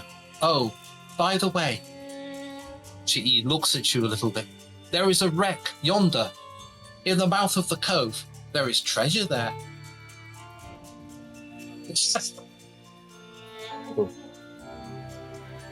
Maybe for another time, but there is treasure there. The fishermen either do not know about it or they do not pay for it, but I do think, knowing into the hearts of humans, that someone such as yourself that has done us such a favor would need some form of payment. And there it is. Find your own way, find the treasure. It will stand you in good stead. I will lead you to the surface now. Okay, I'll cut that a little bit short. Yep. Right. When we get to the surface, I am going to unlimber my hand axe. Okay. And I'll just say, this has held me in good stead for many years and kept me safe. I'd like you to take this as a sign of friendship. If there's a potential smile that's capable of this strange-headed thing, there is something beautiful about them. It's just not looking like a human, beautiful creature. It's incredibly exactly as it should look. It's a beautiful thing. And it immediately reaches out with his webbed claw, clutches the handle, looks at it for a while, smiles, laughs, lets out an almost dolphin-like shriek, and then disappears into the water. And all three of them just rush off through the water really fast, leaving you just under the water, wondering if you can breathe the air, wondering if there's a time limit. Yeah, I just make way to the surface and can I see the boat? It takes you about 4 or 5 more minutes, and finally you feel the need to breathe air. It just sort of comes to an end, and you realise that if you carry on underwater, you'll drown. I feel strangely sad that this effect is wearing off. It's something I've never experienced before. I'm a very earthly man, although having a Bible and do believe obviously in the spiritual, but to actually experience it, kind of feel myself feeling a little empty for not having this anymore. I'm going to look give for the you. You're going to get. I'm just looking at your character sheet. This is something else that I like doing in the game. Law Fairy. I'm going to give you an extra 5% on your law scale if you are ongoing the game, but I'll let you do it anyway, but I'll give it to you for now anyway. So Law Fairy, you're going to gain 5%, and also Law Arcane, you'll get 5%. Just from that experience. Right. Okay. So I'll scramble onto the boat and we shall head back. Excellent. In the meantime, the rest of you, let me just shrink that down, are heading your way back. I'm going to bring that one back up for a brief moment. And you make your way back to the village. And because of the time, I'm just going to, rather than roleplay the whole thing, the vicar's quite happy to come with you. And finally, you make your way to... I'm sure I thought, here it is. Right. This is what it looks like from... I mean, ordinarily, I'd have probably fogged out stuff, but it's not necessary, really. So you've got the church, you can see where the standing stones are, you can see the bits that's been ripped out, you can see where your colleague has just been, where Stan's just been under the water. In the meantime, you and the vicar, and also from the actual gateway, this is where this drawing comes from, which I did. So that's what you'll be looking at, looking in towards the church area itself. Yeah. So let's take you back to the other one. He knows that the main area, obviously the main building itself, is possibly where it all happened. It's the inside of the main part of the building is where the Grim, if it is the Grim, did its deed. So it's up to you what you do now.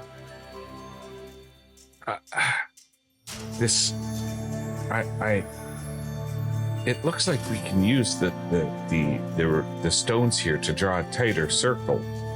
I do fear that not all the graveyard will be protected, and I fear also what could become of leaving the unprotected graves.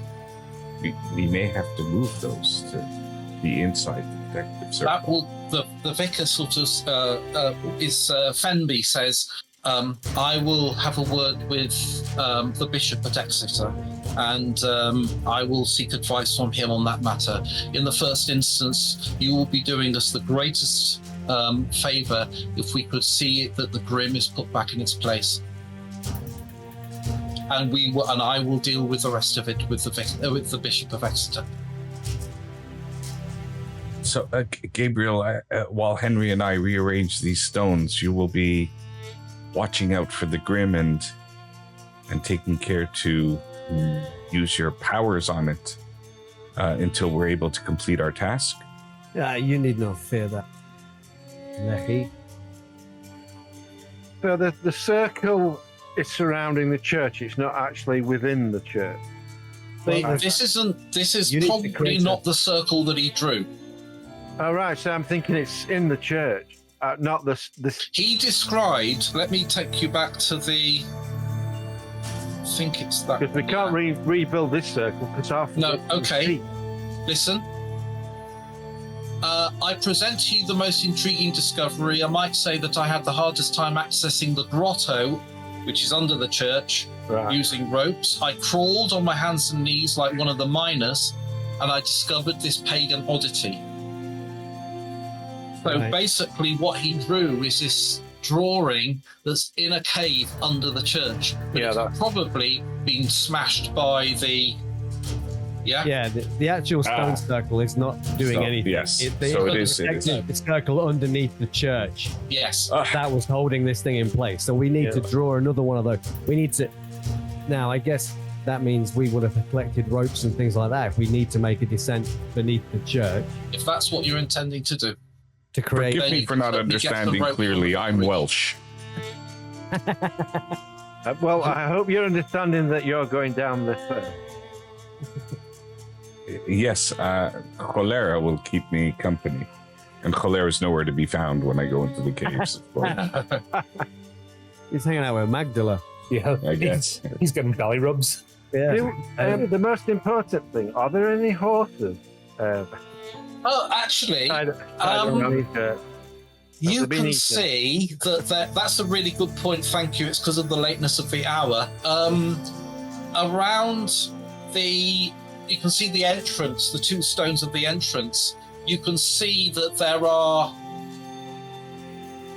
5 horses that are still tethered there, and you can see that they are in some, certainly Stan, the soldier, you've had experience working with horses, and you can see that they're under an extreme amount of stress. And there is also evidence to suggest that there was another horse as well, but that's somehow escaped. Nobody's been tending to the soldiers as horses.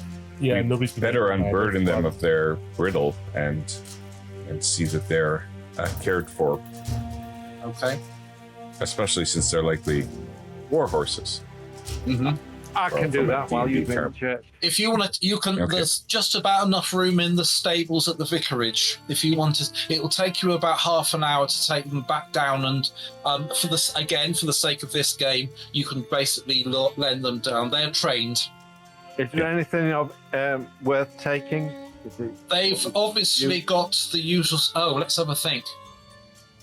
2 of them have got flintlock pistols that are Nice. still in their holsters. These are horseman's pistols, so they're quite long.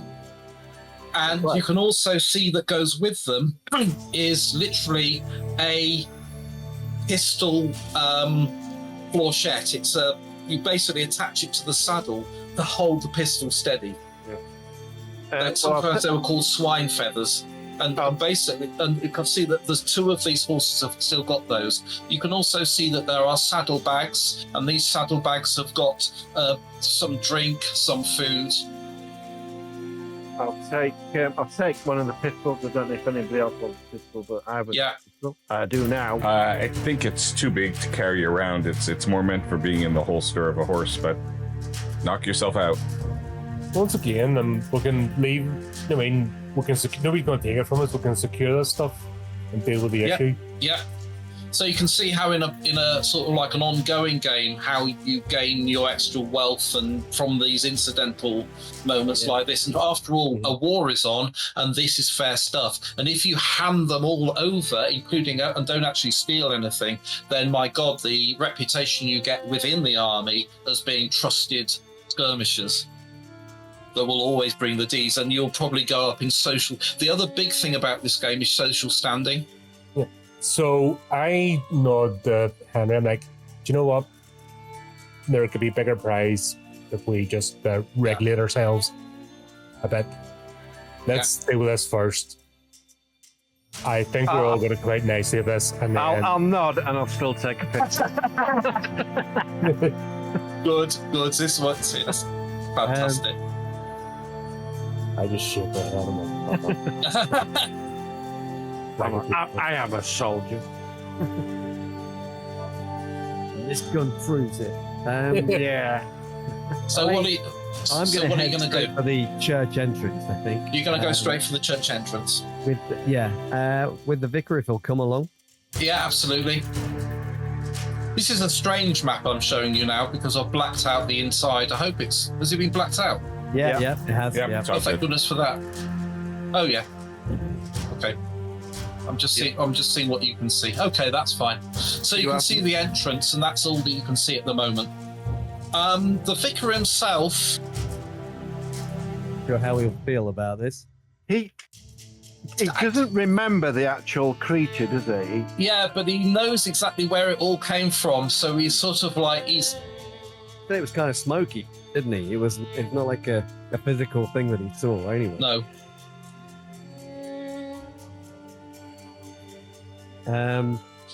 Are we thinking in that description of the circle? Do we know where that is in the church? Is it in like the crypt, or is it under He the altar? said what all you've got is on that parchment, and the parchment was in said the that he had cave. to go down into some caves. Yeah. There's a cave beneath the church. Now, Yeah. Stan.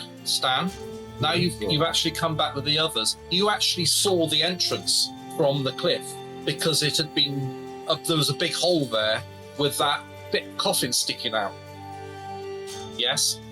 Oh, so could we go down down the cliff and go in that way? If possible, you can go straight down. Does it not? So it doesn't. We don't go into the crypt of the church. You crept into the crypt. Crypt. In crap. Yeah. Yeah. So we It's up can't to you go how down. you do this. I mean, I was trying to see if there was a way down. I wanted to go. I into would the rather, if it was a cellar, considering how precarious that was and how easy it was to be dislodged, go into the same cave. I don't see the benefits. Because if we actually go into a cellar in the church, underneath, it's not, I just have that room sealed off, redraw it there, because then again, if there's a storm that bad that takes out the entire church, then it doesn't matter. There is a way into the crypt around the other side of the church. All right, that's probably easier than dangling. But I'd rather be close to the building of a church this time, so it's, I mean, we could just inscribe this thing in the stone, on the crypt floor, as opposed to actually going yeah, down but we to don't the want cave. people. We want it somewhere. We don't want people tripping on it and knocking it over every Sunday. That's gonna, Well, I'm every assuming time somebody goes to the communion wine, knocks over the effigy. The vicar says there is a particular area within the crypt which I could wall off once it has been carved, so no one will ever be able to find it. That would be advantageous. particularly as nobody is And allowed as long as it's not directly on the church, so any more cave-ins or... In which case, I suggest, gentlemen, that we head down into the actual crypt itself. Yes? That sounds like a plan. Let's do that. Okay. Right. Again, I'm hoping... Right. Hopefully, you shall have a blank screen coming up. Yes? Yeah, Yes. very good. Yes! So it's me with this system. I light my there's candle. Oh, sorry. You can see the steps going down, and let me find the bit in my text. There is a sign pinned to the crypt door that says "Danger, do not enter," and it's quite a fresh thing. And the vicar explains that he's put it there literally because of the rock falls and stuff like that, and he doesn't know. But he says, on this circumstance, I think we can ignore this sign. He gets his keys out, and again, because you've actually, this is something that I love this because it's not what I planned for in the written stuff, that you've actually brought the vicar along, and this is for me as a DM, as a game master, the best thing. When you go off piece slightly, when you start doing stuff that I hadn't planned, this is what role-playing should be about, is pushing those envelopes. So he basically unlocks the door for you. Yay. And you can see straight away that it's a spacious chamber. Stone tombs, possibly with forefathers of Tramuth in them. You can see there's various other ways as you go in. There's a way off in this direction, another way off in this direction. And have you got any light sources? That's a really good question. Well, that would require me to check my inventory. I don't know if you have. I don't believe so. However, No. We can presume we it's can. going to be Candelborough. If people visit, they don't bring their own torches. So I guess it'd be Candelborough. And the battery's always about to run out. You know? Well, that's flaming torches. I'm sure the vicar will have prepared. Yeah, well, we've got half an hour of the game left, so I'm not going to know where we have all the way back down the. We have slow burning wicks that we could use for You've light. certainly got those. In fact, actually, one of the problems about all the matchlock muskets, usually if you had a small group of men, maybe about 6 or 8 men, there'd be only one of them with a lit match. Because in the dark, you could actually see them. And it's similar to what you have these days, you know, like in World War I, lighting a lucifer would often kill you because they see and it was exactly the same thing happened back then, that if you had these matches alight, then this red glow would be visible from a long distance, and quite a lot of people died just literally so in a group there'd be literally only one person with a lit match, and just before going into battle he'd actually use his match to light all the others, so they were all ready. Then there'd be usually about 2 or 3 rounds of fire that were dreadfully inaccurate, and then they turn the gun round to use as a club because it took so long to reload the bloody things. And by this time there'd be a charge coming against you, and they were really effective as a club. If you've actually picked one of these up, they're very heavy. So that's how it usually worked. But anyway, 3 rounds a minute. Yeah. Well, I've had various conversations about that. I put it in the game as a matchlock will be 2 rounds a minute. Bow and arrow, technically, if you're talking to an archer with a target, 12 to 14 rounds. But in reality, because it's in combat situations, I've put it down to something like 8 rounds a minute for an archer. Wasn't it written in law at that stage that the last 2 hours? The last time that was in action was literally just before the Civil War broke out in 1639. The problem was a bow and arrow took about 10 to 15 years of training to be really good at it. Yeah, but and also the muscular training. Yeah, the muscular and a matchlock took 10 minutes. Mm-hmm. Yeah. And this is why it fell out of fashion. Though, and if you managed to get hold of a battalion of archers, they would completely destroy a battalion of people with matchlocks. Yeah. They would just destroy them because full muskets. Yeah. But there were the people that had been trained by them. I mean, it sort of died out with James I. Required. There was a law, yes. Spend 2 hours a week. Yes, after church on Sunday. Yeah, after church on Sunday, I had to spend 2 hours. Yeah, and it was a law of all men and boys of a certain age were trained to do it, and this is why we were that everyone was terrified of us, because we were so good with those bows. But it had fallen out of fashion by about 1639. Anyway, that's what you can see with your newfound lanterns. Yeah. And the vicar, he just takes a feel of the area. You can see him quickly check. He gets his cross out and he casts a quick spell. If you're interested, Witchfinder, if you want to do a lore, do a spell casting check. Pardon me. Okay. That's nice fail. 54 on 35. You've got an idea that he's doing a detect evil. Oh, okay. Well, I can do that myself. He's doing a detect evil, yeah. And he sort of he frowns, he says, there's nothing evil here, but then I don't believe that the Grim itself is evil. It is performing its function. Okay. He feels a bit calmer. Yeah. Evil doesn't mean not lethal.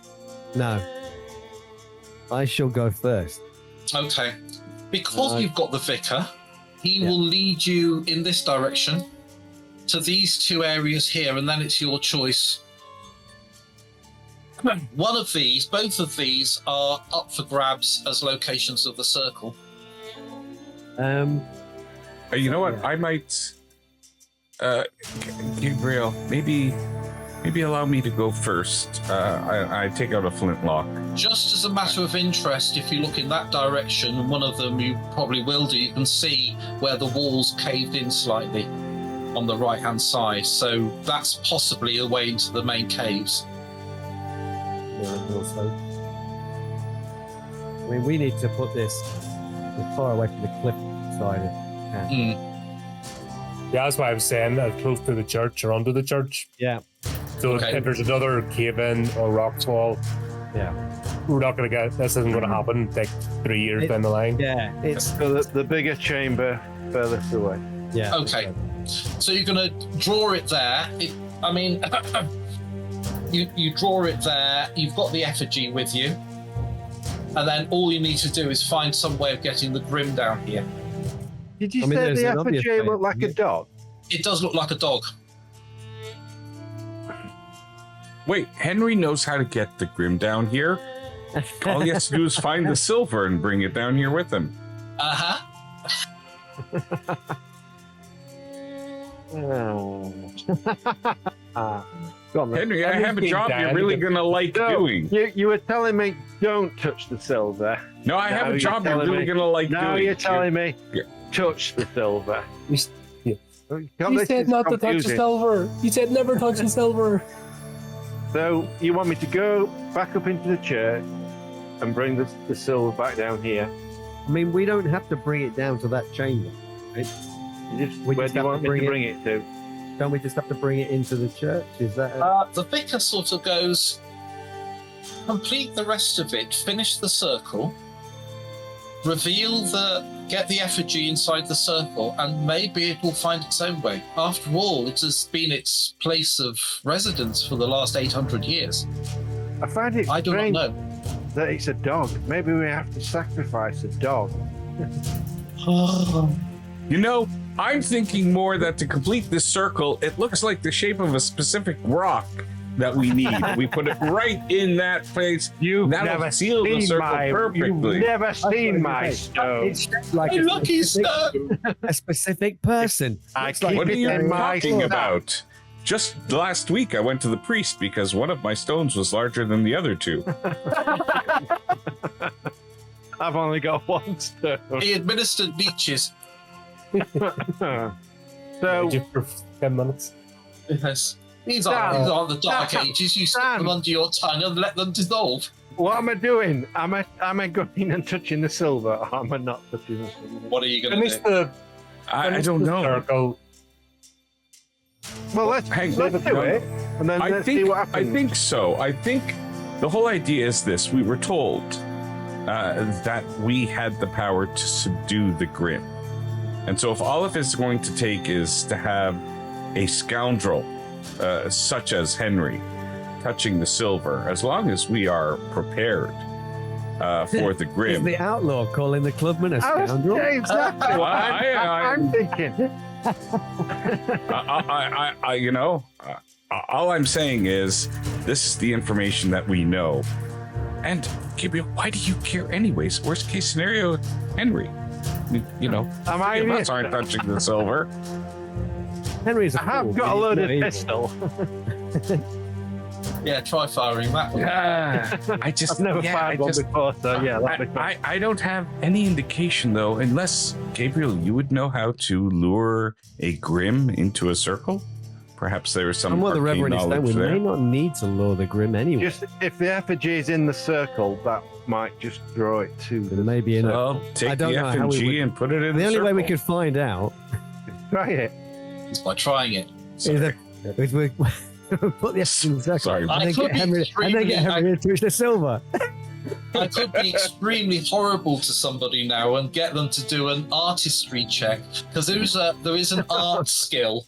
And in Oh, fact, I do believe the Has witch anybody hunter, you've got quite a good chance, haven't you? I have over 50%. And yeah, Well, Yeah, but I mean, still, Henry taking the silver seems like a problem that'll solve itself. So I've got a Go backup on, of take it. the silver. I've got a backup plan of 11% artistic. Oh, that's good. Yeah. Let's try the non-getting Henry killed thing first. Oh, come on. We'll see how that goes. And if it doesn't, then Batman, you're up. It depends how You're good. scaling. You're scaling I the have to, seats. again, there's Ladders again. modifiers in my head, so it doesn't have to be a masterpiece. Come on, Gabriel. Right. Let's see So you going. are we chalking this thing out with is it like charcoal? Is Yeah, it, yeah, that's all it needs to be. Okay, and I have rolled a 17 and 53. Oh, fantastic. Yeah. Now, again, if this had been a proper game, I'd have gone, and if you were into it, you'd have probably got ingredients and made your own chalk and Sure, yep.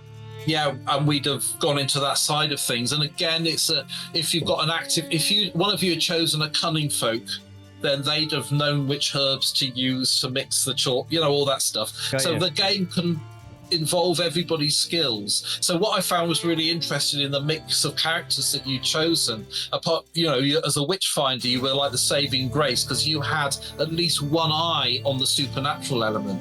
Everyone else were just fighters and of some sort or other. So it was, and again, for me as a game master or someone that's written this game, I thought this is interesting to see how it would come out. So Good, yes, that's a good game. That's the thing for this land. so you do this perfect rendition, and again, I'm going to. You can add 9 points to your artistry skills, so you're now on 62%. Because you're getting Leonardo da Vinci-ish. Give up the witch hunting and He become was an a artist. warlock, by the way. I've put that in the game. Yes, I nearly chose the warlock. Yeah. Yeah. And he's yes, there's quite a few of the Shakespeare was a warlock. Was he a warlock? Oh, Well, he. I mean, this is the crazy thing about Macbeth, is that he basically he wrote that in 1607 for a king who was terrified of witchcraft. So the first thing he has on stage are three witches casting what was believed a real spell in front of the king, and it was the shortest play because it was specifically written for the court. It wasn't written for the playhouse. It was written as a birthday present for the king, for his daughter actually. So it was specifically. So basically, it's filled with stuff about Scottishness and about. Yeah, it was literally a love letter to the king, including this thing about witchcraft. So anyway, I'll shut up. What do you do then? You've done the drawing. we do the drawing, we place we take the effigy, and I guess we just kind of carefully place that in the center of the circle. We've got that As soon circle as within the circle, haven't we? Yes. Yeah. As soon as you do this, there is a change in the atmosphere. It's almost like spine tingling. It's really, and through the, I'm just going to point, through this, is it the larger one that you chose? Yeah, that one. Through this wall here, I'm just going to, just for the sake of it, you see a huge hound emerge. That's it, if you were getting angry with it. It's cholera. In this case, That's not cholera. It looks like it's looks got it. forward and it completely ignores you, and it sort of shrinks and turns into a cloud that basically gets sucked up into the effigy. Oh. There you go. We'll say good boy. And Dead. and the vicar suddenly sort of like, you can feel him visibly relax. And he goes, my friends, you have done what you said to do. I've actually written it. What was it? If retrieved and the circle is constructed, the Galtrott is once more subdued. There you go. I've actually put it in the text. Whee! So you didn't need to do anything. You did it, guys. Wow. We've got Oh. 10 minutes to go. So the Awesome. vicar will lead you Go and back get out. silver. And Yeah. and you're not nicking the silver of the church, but you've got all the horses. And Stan knows something about a shipwreck.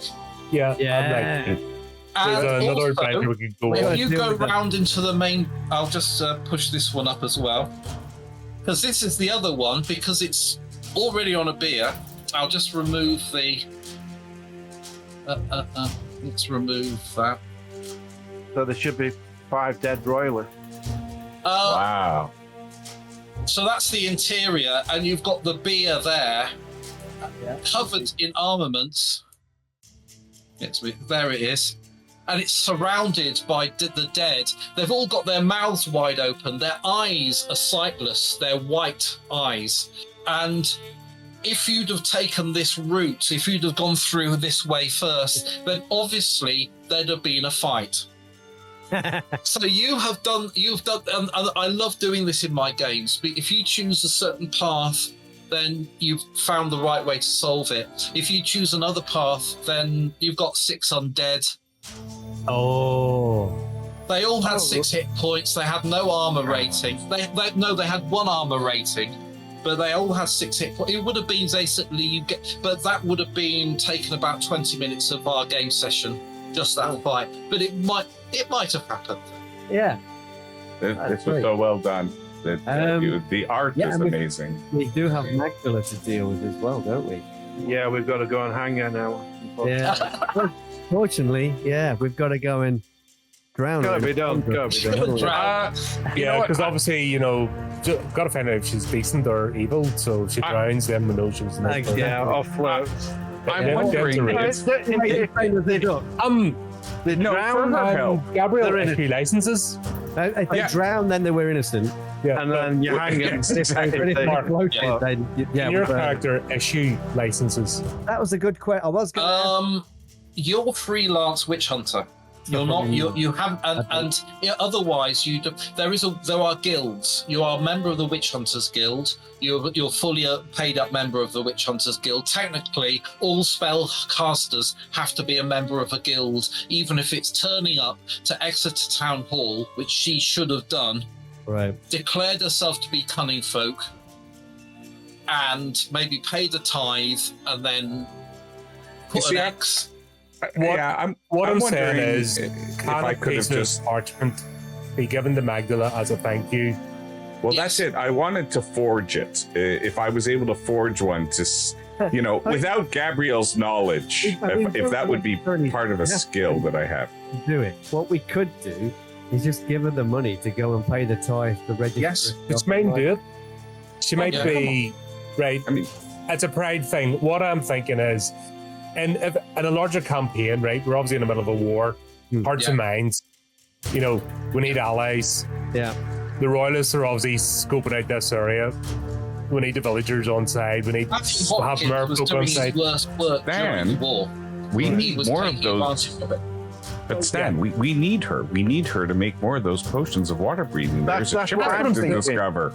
We can just give her a fake one. Yep. Give her a certificate so if someone else comes to the village. Get the potion. Exactly. That's why. Yeah. I'm more inclined to give her the money and tell her, you will do the right thing. Now, if she doesn't do it, then that's on her. Yeah. She's got her chance. We're giving her a chance. That's what I'm suggesting. Yeah. Just explain that there's other factions. Yes. I mean, if you guys, if the intelligencers turn up here, which would be pretty weird, but if it got out that there was a supernatural event that had taken place in the church, and it may well happen, then the intelligencers will turn up.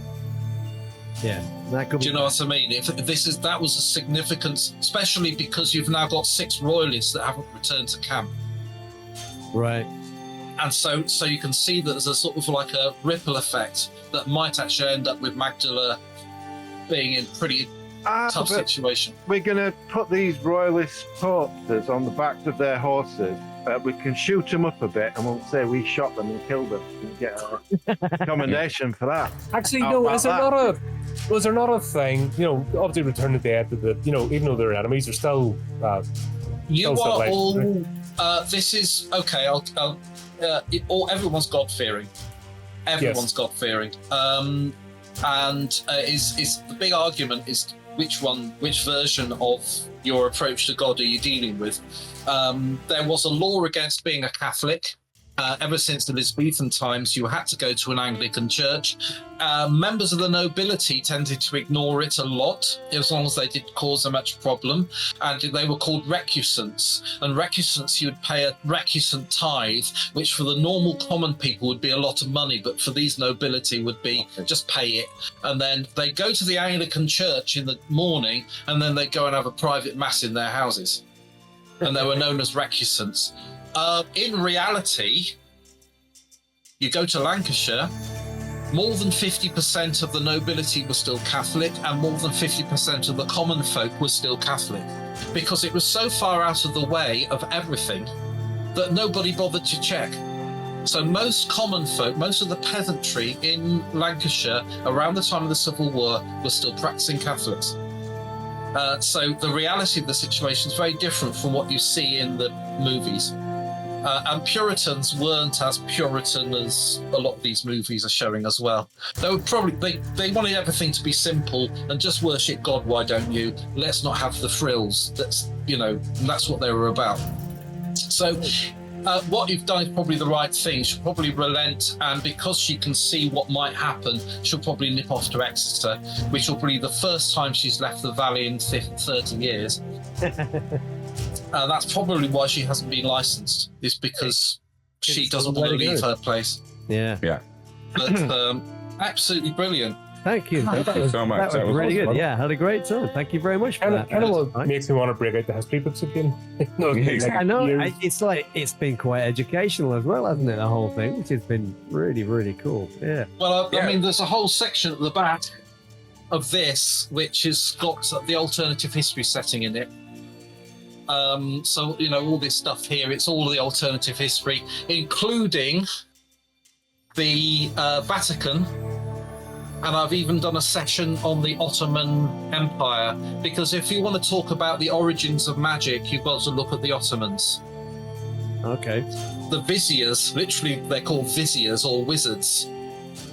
So this is where it's all come from. So it's spread across Europe into England, this magic use. And I've gone into huge details about that. But it's up to you. You can run this game and ignore all that and just treat it like an adventure. It's almost Dungeons and Dragons-y, apart from the odd gun being used. Ooh. I want the players to pretty much use this book as they find it. They can go into all the nerdy history stuff, or they can just treat it as a sandbox history game, which isn't about the history, it's about the adventure. I don't want it to be a history lesson, unless you want it to be. I think you're going the same premise as Harry Turtledove. Yeah. His stories, you can take the references to real world history that he kind of twisted in his stories and adventures, but you could also just suspend disbelief, go in that world. Yeah. My big twist is that the royal family, I've got something called the Anna Magentum. It's the royal blood, and it goes all the way back to the beginning. So when Queen Elizabeth said, "I am married to my country," she really meant it. And there was actually a real ritual that was said by the Irish chieftains called the Banais Raigi. Now, in this version, the James VI of Scotland, when he was 9 months old, when he became the King of Scotland, they did the Banais Raigi on him. So he was literally married to the Scottish land as the king. So he had the Anna Magentum, the royal blood, which meant that his fate and the lands were linked. When he became James I of England, he thought it was too pagan, so he didn't do it. And this is when things started unraveling for England, because it no longer had a member of the royal family that had married themselves to the country, which it had been under Elizabeth. And this is when chaos started happening. And Charles I did the same. And I've got a cult called the Brethren of Enoch. Enoch wrote a book of magic, which was used by John Dee. Yeah. For real. And John Dee studied this book studiously, but what they want to do is get Charles I to come to actually do the Banais Raigi, and then they'll be happy, but he refuses to do it. But when it comes to the execution, they are really scared that if they actively cut the head off the animagentum, then it would be all bets are off, and they can't do it. So what they do in my version, suggestively, they get a changeling, Oh. and they get it, and the real Charles I escapes because they can't kill him. Oh, interesting. So it's little stuff like that. If you start looking into the history of these things, then suddenly there's little tweaks and bumps that you can use. Also, standing stones. Oh my God, if you've got a standing circle, Stonehenge is this massive battery of power. So you'll have a standing army around it. To the point where, in my version, you probably even have built fortifications around the major standing stones because they're so powerful. Okay. Yeah, so there's all that sort of stuff that you can throw into it as well. Awesome. But yes, So, I guess we don't have a current date for the beginning of the Kickstarter, although it's looking like it might be this month. it'll certainly. I'm hoping that it's going to be. I was going to plan for the 23rd of August, Okay. but it might be 2 or 3 days after that. So it will certainly be before the end of August. Brilliant. Perfect. So, yeah, you want to be checking that out on Kickstarter. It is Kickstarter we're using, right? It's certainly on Kickstarter, yes.